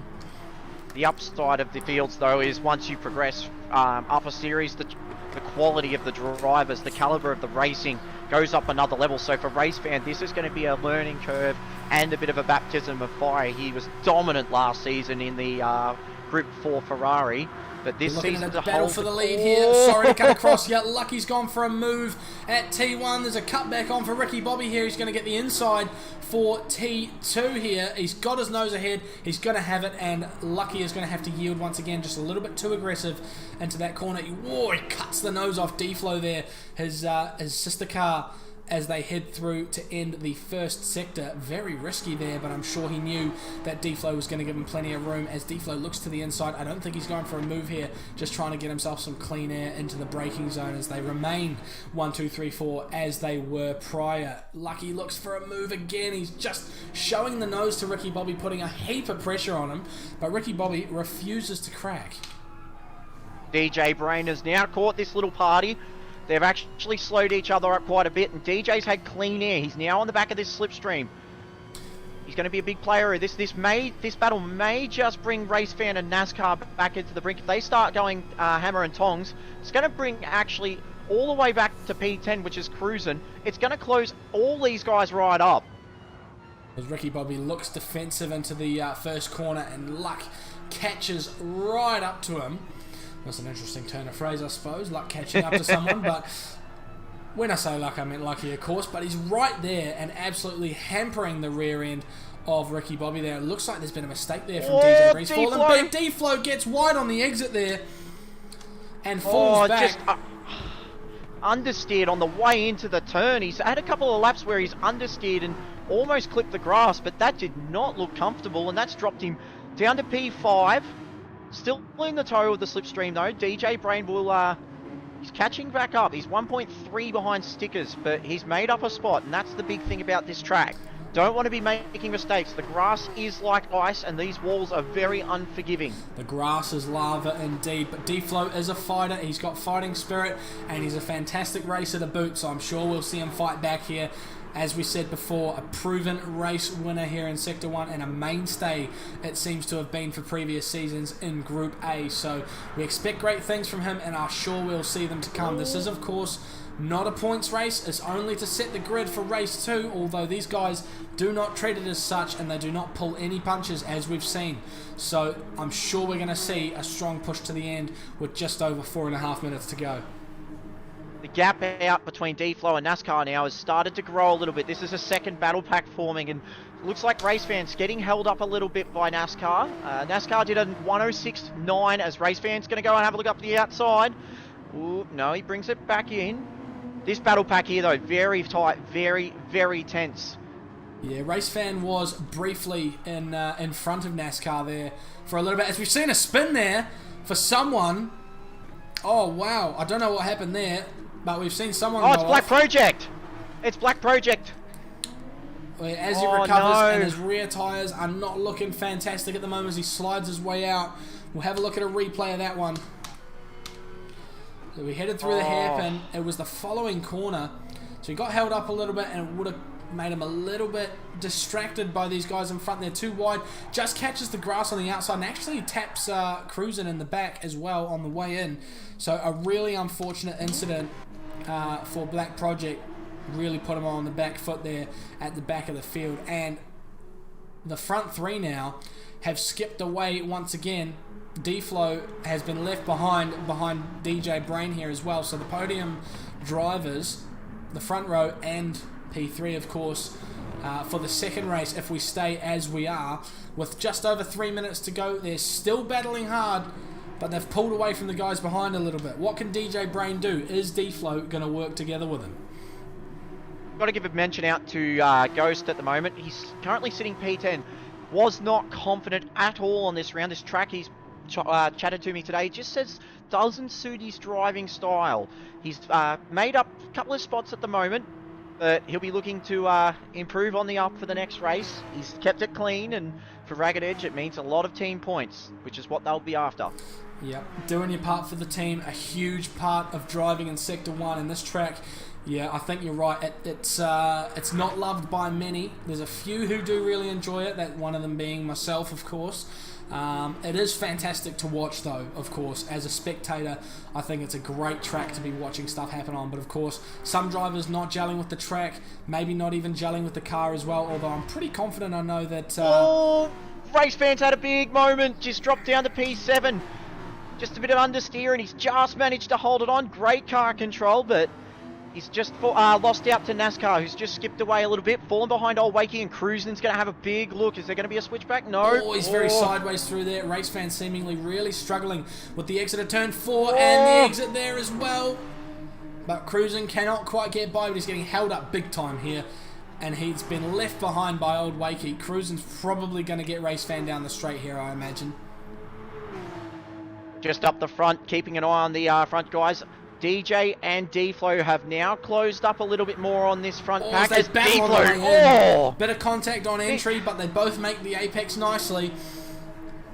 That was a very aggressive move off the inside by D-Flow. That was huge. He was not messing around there. Oh, a little bit of skipping and sliding from the CJ cars. Must have had some badly built ECUs tonight by the look of it. Of course, Malevolent won in the Challenge Cup.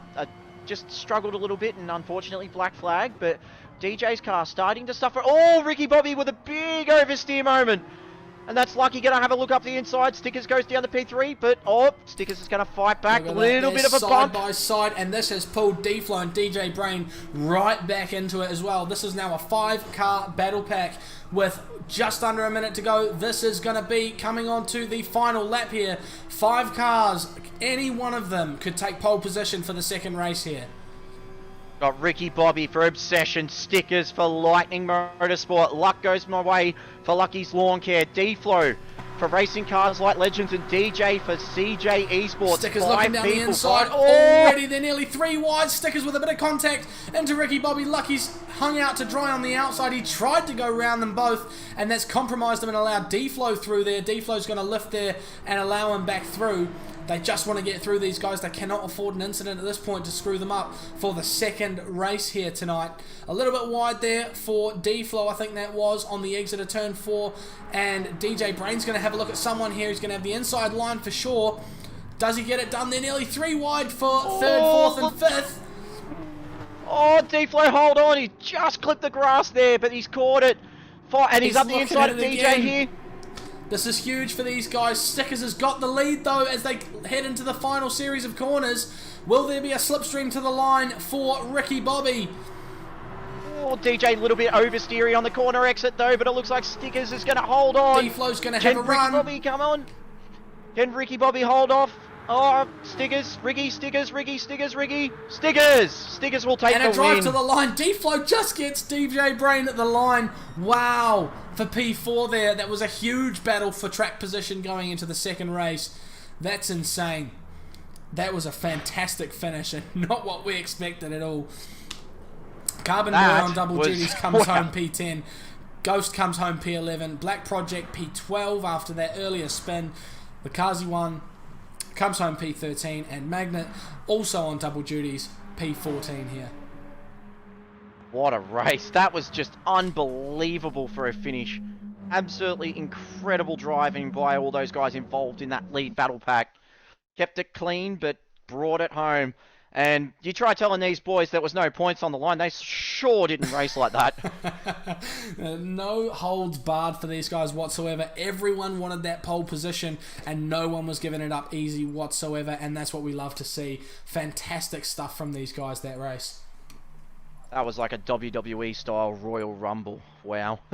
There's so many people fighting for the win. We came onto that final lap and anyone could have had it. And we're seeing in chat as well from the good doc, D-Flow and DJ, they were in the box seat coming into that final lap. Everything to do, but they could just see everything. And that's vital a lot of the time in races like this. So we'll give these guys just a quick 5-minute break just to recuperate, re-energize. A couple of them might have just needed to go to the loo during that race. And get nice and comfy.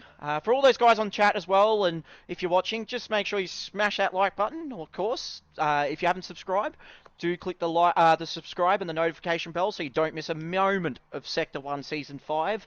If you do want to join our Discord as well, feel free to join. Our link is on our Facebook page and on our YouTube channel as well. Jump in, have a chat with the boys, and get yourself involved in some absolutely fantastic world-class racing. For a very rare occasion, we haven't actually got the Discord link in the description of the video, otherwise I would usually tell you to go down there. Unfortunately, we had a bit of an admin error for the event today, didn't have it quite set up as per usual, so we had to do a little bit of a rush job to get everything set up so we had at least a viable description for this video here. But yes, a little bit of a moment while we wait for the guys to wind down. In between races, time to go to the Portaloos here at Blue Moon Bay Speedway, unwind a little bit, reminiscent of the old I don't know if you remember, it was Greg Murphy at Bathurst got a 5-minute penalty and went into the Portaloo while his car was waiting in the pits while he served the penalty. Yeah, that was 2002, I believe. That was a moment of absolute hell. They drove out of the pits with the fuel hose still connected, and it just poured fuel everywhere. Still remember it, Murph pointing to his helmet, going absolutely nuts, saying 5 minutes, and straight into the honey bucket. And of course, we remember what happened the next couple of years. Lap of the Gods and 2 big Bathurst wins with Rick Kelly. Beautiful car back then. Oh yeah, the Kmart car was fantastic. I've seen replicas in the game as well. Unfortunately, not on Holdens, as we know that they weren't licensed to be in Gran Turismo. We can only hope for GT7, although we don't expect it. But a man can dream, of course. So get your driver of the day nominations in to the chat, guys, for race number 1 there. I think there's a couple of potential nominees there. What do you think, Brent? Yeah, that was... who do you pick? Because that was just insanely good fun to watch. Of course, Stickers taking the win. That's a big statement of intent there, and that'll be an absolutely confidence-boosting drive. You've got Ricky Bobby, who's wanting to fight back up into the top echelon of Sector 1. Lucky and D-Flow, of course, no strangers to the main game. DJ, who wants to get back up after fighting so long in Group 8 last season. And then you got guys like NASCAR, Wakey, Race Fan, and Cruisin', who all want a slice of that pie. If Group A is all about the fast driving and the fast laps, the Group B, these guys play for keeps down here, that's for sure. Absolutely, and yeah, it's hard to pick a driver of the day out of that one because there was no standout driver because all of those guys had such a fantastic race. It's just so hard to pick. So seeing a couple of guys in chat, sorry Aria, just not quick enough. Well, I don't know about that, mate. There's very high standards here in the Group B races. You know, Sector 1 has come a long way, and with the growth and popularity, you know, the standards are just going up and up and up here at Sector 1, and it's hard to get a foot in, even in the in what some might call the lower level lobbies here. The standards are just so high, as we saw in that race. That battle in the top 5 was just fantastic.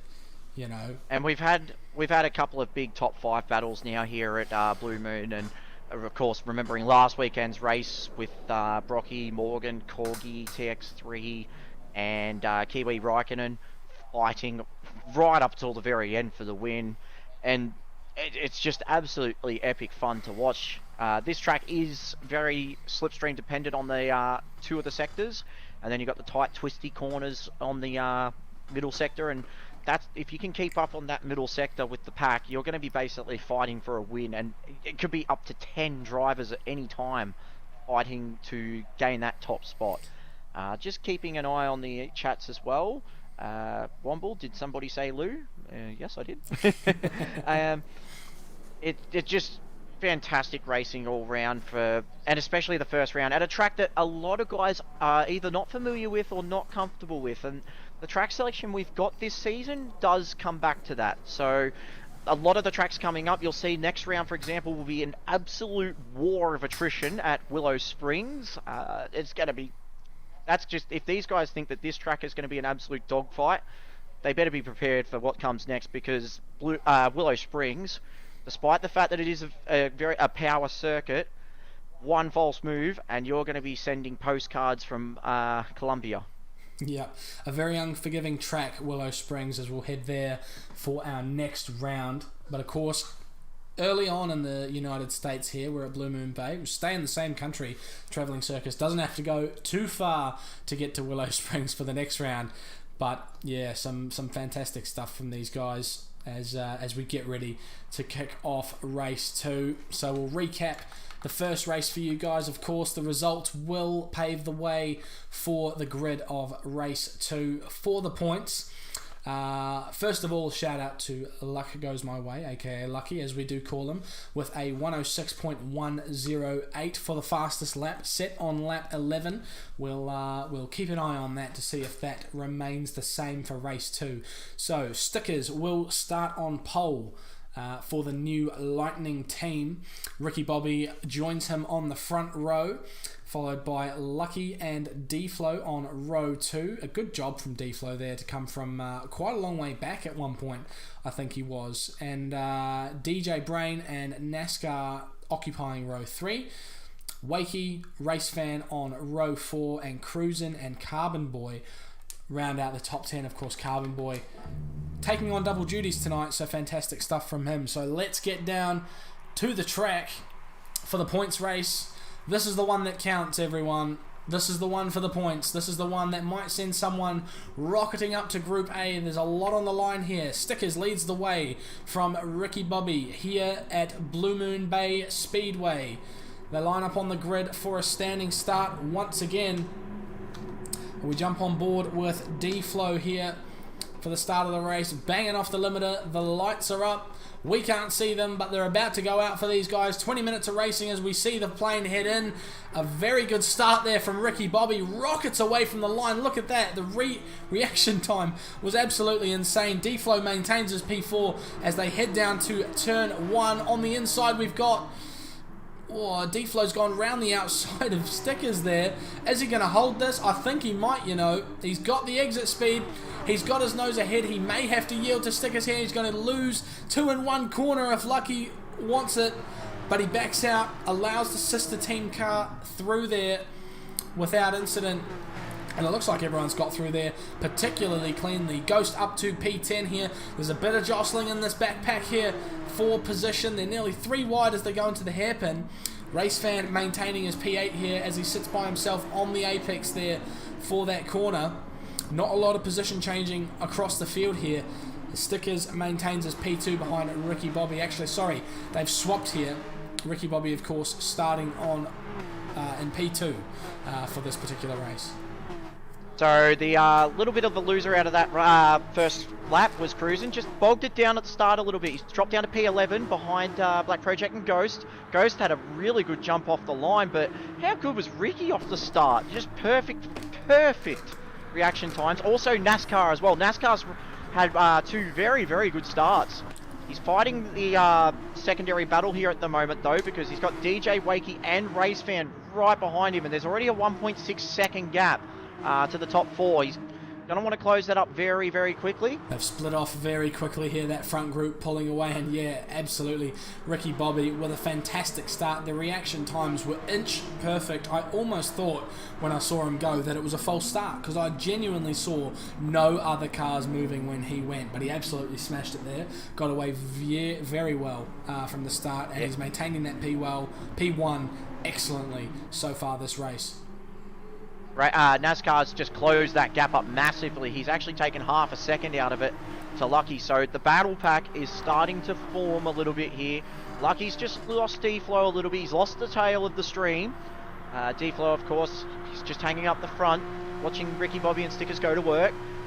As he did last race, he may just sit back a little bit and just watch these two just go hammer and tongs as Stickers just has a big look up at Ricky. He's actually lost out, and D-Flow may just... Oh, no, D-Flow thinks better of it.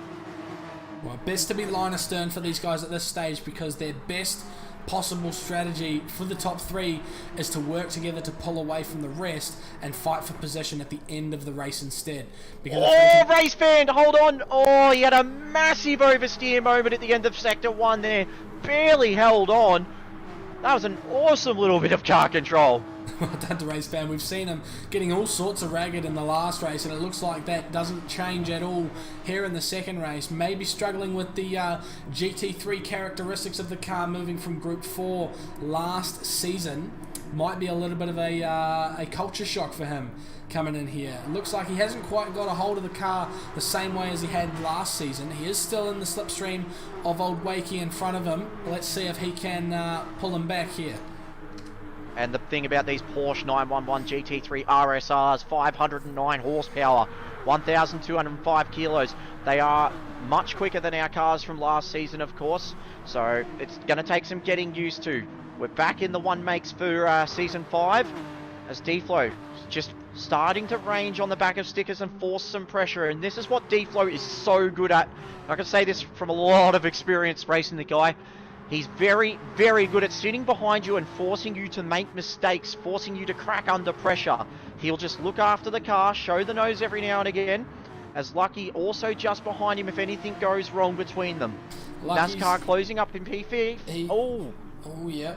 Back there's a little bit going on as well. Lucky's done well to catch up to the group up front, and it looked like D-Flow was very much in the interest of working together with Stickers, not going for a pass into T1 there. But yes, this second battle pack is looking pretty spicy at the moment. NASCAR leading the way of the group, DJ not far behind, and Wakey ready to pounce if anything goes wrong into T1 here. DJ's going to go for a move up the inside of NASCAR.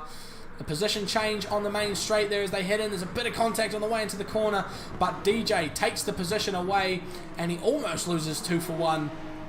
Does NASCAR from Old Wakey there, but they settle back in and manage to get the job done. NASCAR's going to look up the inside of DJ Brain again. They go side by side through the next couple of corners. This is not helping their chances of catching the group up front, and it's really opened the door for Race Fan to catch up to them. He's looking pretty good at this point. Yeah, no, Race Fan is just starting to get more accustomed to this car now. It just seems like that on cold tyres he's struggling as Wakey just oversteered. A little bit of contact. There's contact as Wakey goes deep of the apex and forces NASCAR to check up, driving him into the back of Race Fan. There's a bit of contact on exit there. Race Fan nearly tagging the back of NASCAR there. He just jumps back into the slipstream train. Wall contact on exit for 2 cars there as they come onto the main straight. Just looking at the front 3 now, and it's turning into the front 4. Lucky has started to range in on this little battle pack. Set mid 106s as D-Flow and Stickers fight for the same bit of tarmac. Stickers just holding the inside line, but can D-Flow get the drive? Does the cut back? He's having a big look. They're side by side. Who's going to yield? D-Flow yields. So he's almost thought about it, and that'll be in the back of Stickers' mind. As Lucky is now just sticking right onto the back like hot glue. He's looking very smooth as D-Flow, and he's allowed his teammate Lucky's to catch wide. up. Lucky was wide coming off the exit there, and he's lost that gap. We saw that in the mirror of D-Flow's car. He's just lost all that time that he gained back, unfortunately, but I'm sure he can get it all back again. These guys are not afraid to fight, and it's really hindering their chances here. D-Flow was looking like he was pretty keen to work together, but there was no such behaviour from Stickers there as he went for a move on Ricky Bobby at turn 1. I think it's almost a case of he's too afraid of D-Flow going for a move behind. His hand is forced into going for a move on the driver ahead. But there you go. D-Flow gives a bump to Stickers. He's interested in pulling away here. Doesn't want to go for the move. This could be the smart play from D-Flow here as they head into T1. A bit of a lift there as well. So definitely giving Stickers the room to get through there with maximum pace. Race Fans just made a move up the inside of NASCAR into turn 1. Got it done. Little bit of a wide exit, but these two are just starting to pull away from Black Project, Wakey and Cruisin' as Wakey just, he wants to have a big argument about making the move into P8. Black Project on the recovery drive after what happened at race 1, of course. Yeah. Blacklight having a very strong round with Corky winning the Group A event, of course. The cars look really good too, don't they? The Rap Studio on the side. Of course, wrapping the cars for Erebus in the V8 Supercars, very big sponsor as well. So, Black Project got the colours for Rap Studio this season as Wakey still looks to pounce. You got Carbon Boy just starting to catch up a little bit. He's got Ghost in tow, and then you got the crazy one in 13th with Magnet just bringing up the rear. So, been a long day for a few of these guys, and fatigue maybe just starting to get them a little bit as we head back up to the front, and Stickers is just starting to cover off D-Flow. He's got a big slide on into the entry of turn 1, and of course with that bump at turn 1 it really unsettles the car. So if you've got the wrong line and you're very close to somebody and you make contact, you're going to suffer instead of the driver in front of you. So you've got to be very, very careful on that approach. I can see all 3 of these guys up the front pitting in at the end of this lap to avoid the threat of an undercut here from the guys behind, because anyone here, if someone pits and the rest don't here, any one of these 5 drivers in the top 5 could pinch P1.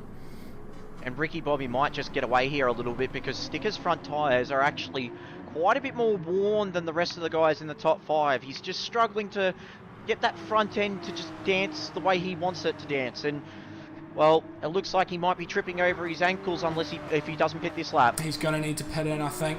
Here we go. Does he come in? Yes, he does. Is that everyone? I think it might be. Ricky Bobby stays out. Yep. D-Flow stays out. Lucky stays out. So DJ and Stickers go for the undercut, as well as Race Fan, Cruisin' and DJ Brain back there behind them.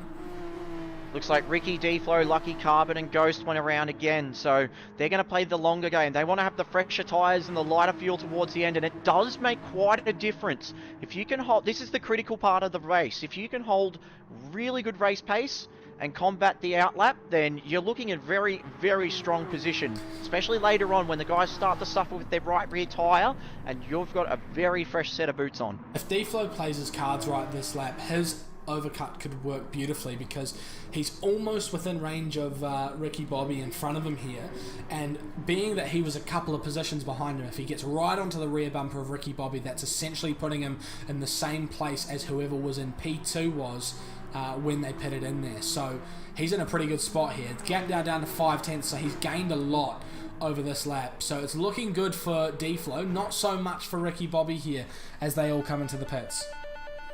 Just keeping an eye on Stickers at the moment, and he will actually benefit from a slipstream because he's got the crazy one in front of him. Not much further, just under 8/10, and this may just iron out that little bit of advantage that D-Flow was looking to have. There's a little bit of a gap back to DJ Brain, who's just over a second behind, but DJ might just claw Here we one or go. two There they are. positions They're up. coming out of the pits, and they're going to be ahead. The overcut has paid off. Ricky Bobby leads the way, followed by D-Flow. Stickers just gets the jump on Lucky there as they head through T1. So a fantastic overcut from the guys there, and it looks like the undercut runners might have had a couple of incidents on their laps. Oh, D-Flow's just got that front end not doing what it wants to do. He's just struggling a little bit with the understeer, and we saw that in race 1, didn't we? We did, yeah. There was one of the drivers, I forget who it was now, but had a couple of times going off. I think it might have been Race Fan, actually. He was understeering out of turn 4 almost every lap, putting 2 wheels on the grass and even 4 at times. But looking at this front pack, this is fantastic. We've got 5 cars all within slipstream range of each other. There's been a big switch up of position after the pit stops, with D-Flow getting the jump on a couple of guys with that overcut and getting himself up to P2 here.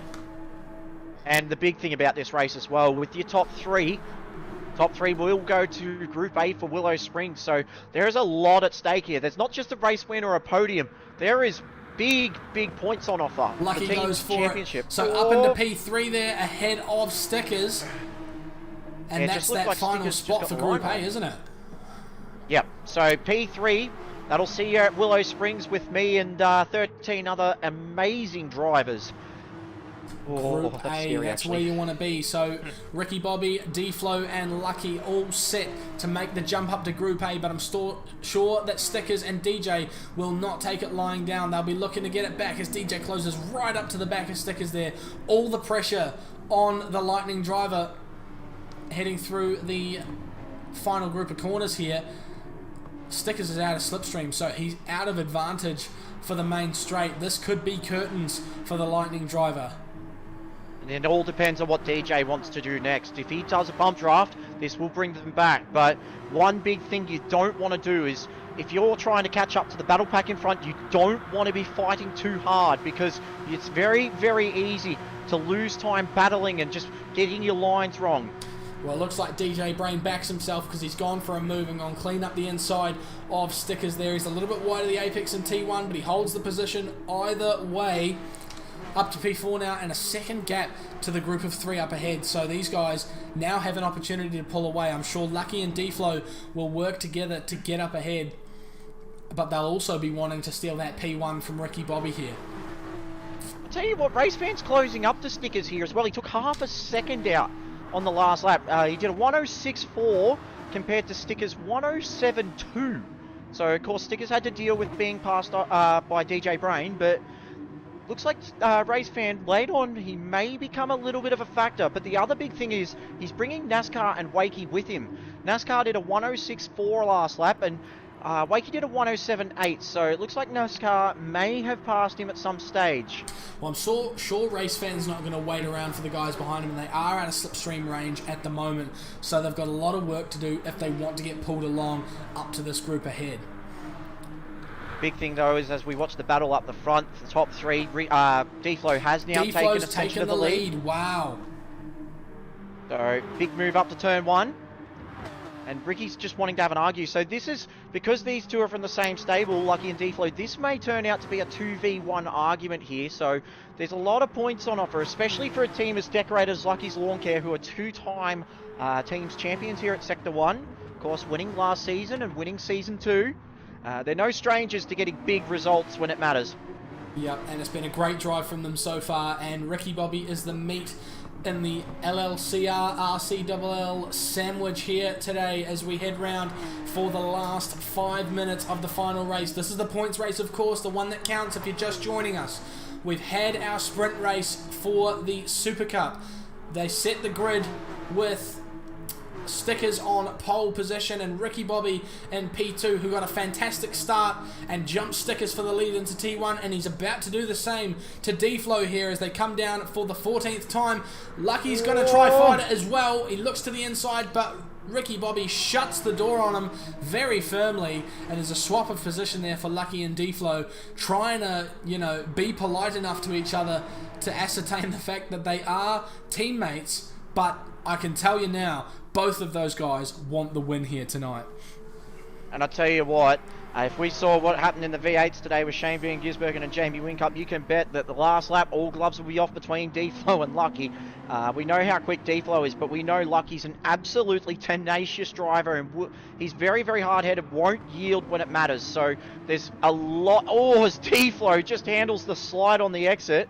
But they don't want to sacrifice too much, because Ricky Bobby, of course, with Obsession and the TO, White Hip Spruski. Spruski's no stranger to being able to defend brilliantly, especially to get the big results. So as we come down the main straight, Lucky in the slipstream looks to the inside. D-Flow's gonna have a look potentially as well. Lucky takes the lead into T1 here. He meets the apex beautifully and takes it through with a solid gap now to Ricky Bobby of just over 3:10, so it was a fantastic overtake and very minimal time loss for the LLCR driver. Oh god, I hope that I got that right. The gap between Stickers and Race Fan has just stagnated a little bit as well, so there was a fair chunk of time taken out, but it looks like Race Fan's just stagnated a little bit, although being said, the last sector, half a second just came out. 1.4 though from Stickers to DJ, so Stickers may be falling back into the clutches of Race Fan, NASCAR and Waking. DJ's just in no man's land at the moment. He hasn't got the slipstream in front, but he's well and truly broken it behind. If anything goes wrong with the top three, DJ can still snag the podium, and that'll be very, very big celebrations there at CJ Esports. Well, I think DJ's in a fantastic spot at the moment. The gloves are halfway off between the guys up the front, and they're about to be all the way off as Ricky Bobby looks to the inside. They're going to fight it through T1 again. Very unstable there from Lucky on the way in, but he's going to hold on to P2 here. D-Flow letting them both have it. There's going to be a bit of time loss here between them because they're all very much nose to tail here. They're all going to have to let off, and that's going to bring DJ closer again. So he just needs a clean run through the next couple of laps to keep himself in contention here. Oh, Lucky's wide! Just onto the grass, and is D-Flow going to have a look? No, he's not. So D-Flow may just go it at the hairpin. I don't think so. I think he knows that the best chance for them both now is to make sure that Lucky stays within that slipstream range of the leader. Otherwise, they're both going to be out of luck here. DJ Brain has caught right up to the back of them following that incident, though. There's less than a second between them. There's not much left for him to do to get himself well and truly in this race. And as expected with the tyre life and the overcut, I'll cut across you there. Sorry, man. DJ Brain has hit the wall on the exit of the final corner and slowed himself right up, and that's going to open the door for Stickers as well. He's lost all of his speed down the main straight, and that's thrown him out of contention for the podium, I think. Stickers is going to go for a move. It's all on for the guys up the top as well. No position changes through T1 there, but they thought about it. They really did. And they're nose to tail once again. They're fighting for the last bag of Skittles in the family pack. This will be the penultimate lap for these guys as well, so one more to go. Everything could change. Any one of these three could win it from here. We've had some fantastic battles in Sector 1 in the past as Ricky Bobby goes very defensive. He's got to hold off the LLCR RCLL conglomerate. Don't say that. Trust me, it's a very, very big tongue twister as Lucky goes over the oversteer. He's very sideways through there. Loses a lot of speed. He's really throwing it around now. How are our tyres looking for our top 3? So Ricky Bobby and Lucky have very similar tyres. Lucky's right rear is just starting to suffer a little bit. D-Flow's tyres are very, very fresh in comparison to both of them. Alright, so the advantage lies with the man in third. As they come down the main straight, it doesn't look like there's going to be a position change through T1 here. Lucky's going to think about it though. On the outside, D-Flow looks to the inside. Doesn't quite go aggressive enough. Lucky around the outside. Look at this. What a move. Oh what my a move. goodness. He's just about got it done. He's still got his nose ahead. Does he shut the door on the way in? He does. Fantastic move from Lucky. The gloves are well and truly off. As you said, Brent, earlier on, Lucky was the one you called to be the one who would throw it all on the line, and he's just done that at T1. He's not afraid to make it happen, and is he going to go defensive? Look at this move from Ricky Bobby. He's gone super deep on the brakes. There's contact there. He couldn't quite make the apex. There was no space there from Lucky because he was just too far back, but there's going to be a run to the line. D-Flow looks up the inside, gets almost there on exit. He can't quite get Ricky Bobby through there. Coming up to the final corner now.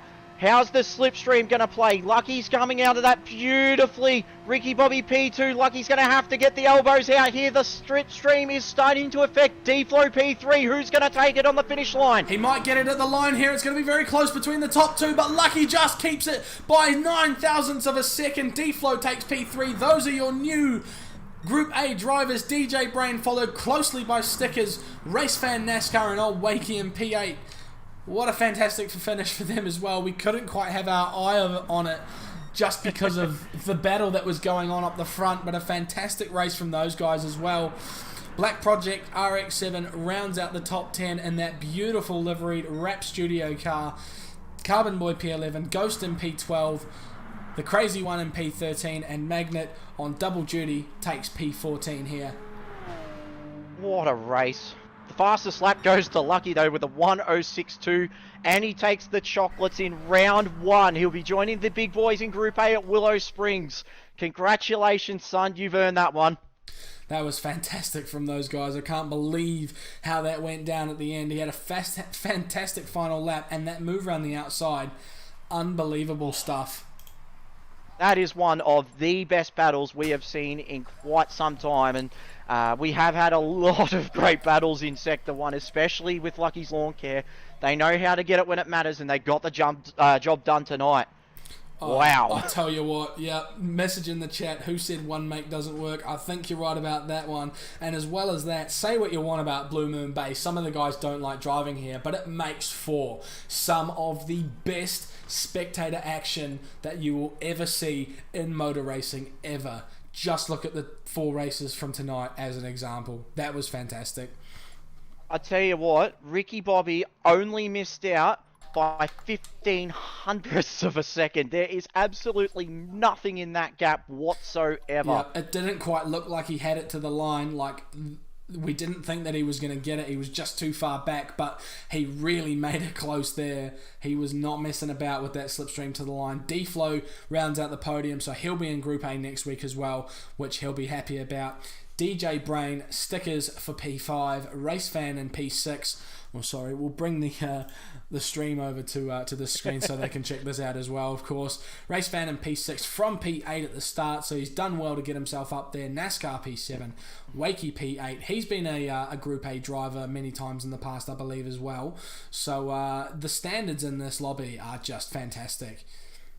Yeah, and that's the thing as well. Group A may be the high caliber, but the Group B boys, they play for keeps. They don't muck about, and they're all top quality drivers in their own way. So, massive congratulations to every driver that came out tonight and had a big swing at it. There are a lot more races coming up for the rest of the season, though. So, if you've had a bit of a struggle or something like that, it's definitely a track that will suit you coming down the calendar. There are a lot of different options coming, especially with Willow Springs next. Very much so, and the fastest lap point does go to Lucky, of course, with that 106.1 he set in the first race, setting a 106.2 in the second. So not enough to surpass it, but either way he had it in both. So he'll be taking the spoils from that. So I don't know if that was a clean sweep for Lucky. I'm unsure if it was pole position points for the end of the first sprint race or the end of qualifying, but either way, a fantastic tally to take home from Lucky, at the very least 19 points. So very, very well done to him and the guys at Lucky's Lawn Care and RCLL as well. Big shout out tonight as well to Carbon Boy, the Crazy One, and Magnet and Ghost for stepping in tonight and for their earlier races as well. Coming into this final race, they would have been very, very fatigued, and they did an absolutely fantastic job. So hold your heads up high, boys, because you've had a long day and you deserve a few beers at the end of it. Yeah. Guys in chat, who do you think was your driver of the day, or you surprised? Is there anyone that you caught your eye? Just checking in the chat as well. Womble says, with Supercup last weekend and now this, boring. Yeah, I tell you what, if my sarcasm detector wasn't working, I'd have no idea. But yeah, unbelievable stuff from all the guys tonight. And honestly, if you had to pick a driver of the day out of all 4 of the races, like, you just couldn't do it. There's so many good ones. I have to say, Lucky for this particular race had a fantastic one. I think Stickers as well, honourable mention down in P5. Obviously pole position in the second race, but got jumped at the start by Ricky Bobby, and it was all kind of downhill from there, but a fantastic drive nonetheless. And of course we saw Bad Doc and a couple of others in the first few races tonight as well, having a fantastic couple of drives. So Lucky for driver of the day, Womble for driver of the day. Of course. We got a Carbon Boy there as well, I think. Oh, and a driver of the day, Lucky. Someone for DJ as well, honourable mention. DJ had a fantastic drive as well. Very good from him. D-Flow has said OP Lucky. Might have to get that rear wing checked. If you know your Formula 1, then you'll know what I'm on about. But I'm actually going to give my driver of the day, and I think this is a big one for me, but I'm going to give it to DJ. He kept up with the front pack, made a couple of mistakes, but bounced back from them, and he just looked very, very solid all race. So that'll be he might be ruining a couple of mistakes and think that, oh, you know, I could have done better, but his pace tonight was absolutely fantastic, and he's going to be a force to be reckoned with, especially later on when the tracks come to him, like Spa and the upcoming Enduro at the final round, which I will not say what it is because it is bloody fantastic. Yeah, I think you're right, and he's now cemented himself as the #1 Group B driver with the other 3 going up. So essentially you count that P4 as a P1 here for the Group B guys. So he is the one to watch in the next Group B round. Of course, we saw how strong he was, and he was catching right up to the back of those guys, and then he had one race-ending mistake, which anyone can do. We've seen it from many drivers tonight, but excluding that mistake, I think he was a serious contender tonight. So I think you're right, a great candidate for driver of the day. But that does conclude our action for this evening in the USA at Blue Moon Bay. We will be staying here for the next couple of weeks, of course, here in the United States, and heading to Willow Springs for the next round, which is going to be really interesting for a lot of these guys. A very unforgiving track. Really not somewhere you want to make a mistake at, and contact can really mess up a race. So I do thank you all for watching. Thank you, Brent. Done an excellent job in the comms room here. It's been really good to have you. Yeah, thanks. And yeah, I better get me elbows out, because Willow Springs, if these guys thought that Blue Moon Bay was going to be an absolute war, it's going to be an absolute squid game when it comes to Willow Springs, that's for sure. So thanks for having me tonight, by the way, Adam. Not a problem, mate. Happy to have you here. You've done a great job. And yeah, I expect to see a lot more of the same this season. We've had 4 fantastic races tonight, 4 fantastic races last week, and I'm sure for the next round it'll be 4 fantastic races again. So for now, Sector 1 is signing off. Make sure you subscribe if you haven't already, like the stream if you did enjoy what we're doing, and ring that bell so you get notified every time we go live, because we are a live streaming channel, not a video channel, so you'll want to know straight away when it happens. But for now, we'll sign off as the Southern Hemisphere's greatest sim racing production, and we'll see you for the next round at Willow Springs. Good evening.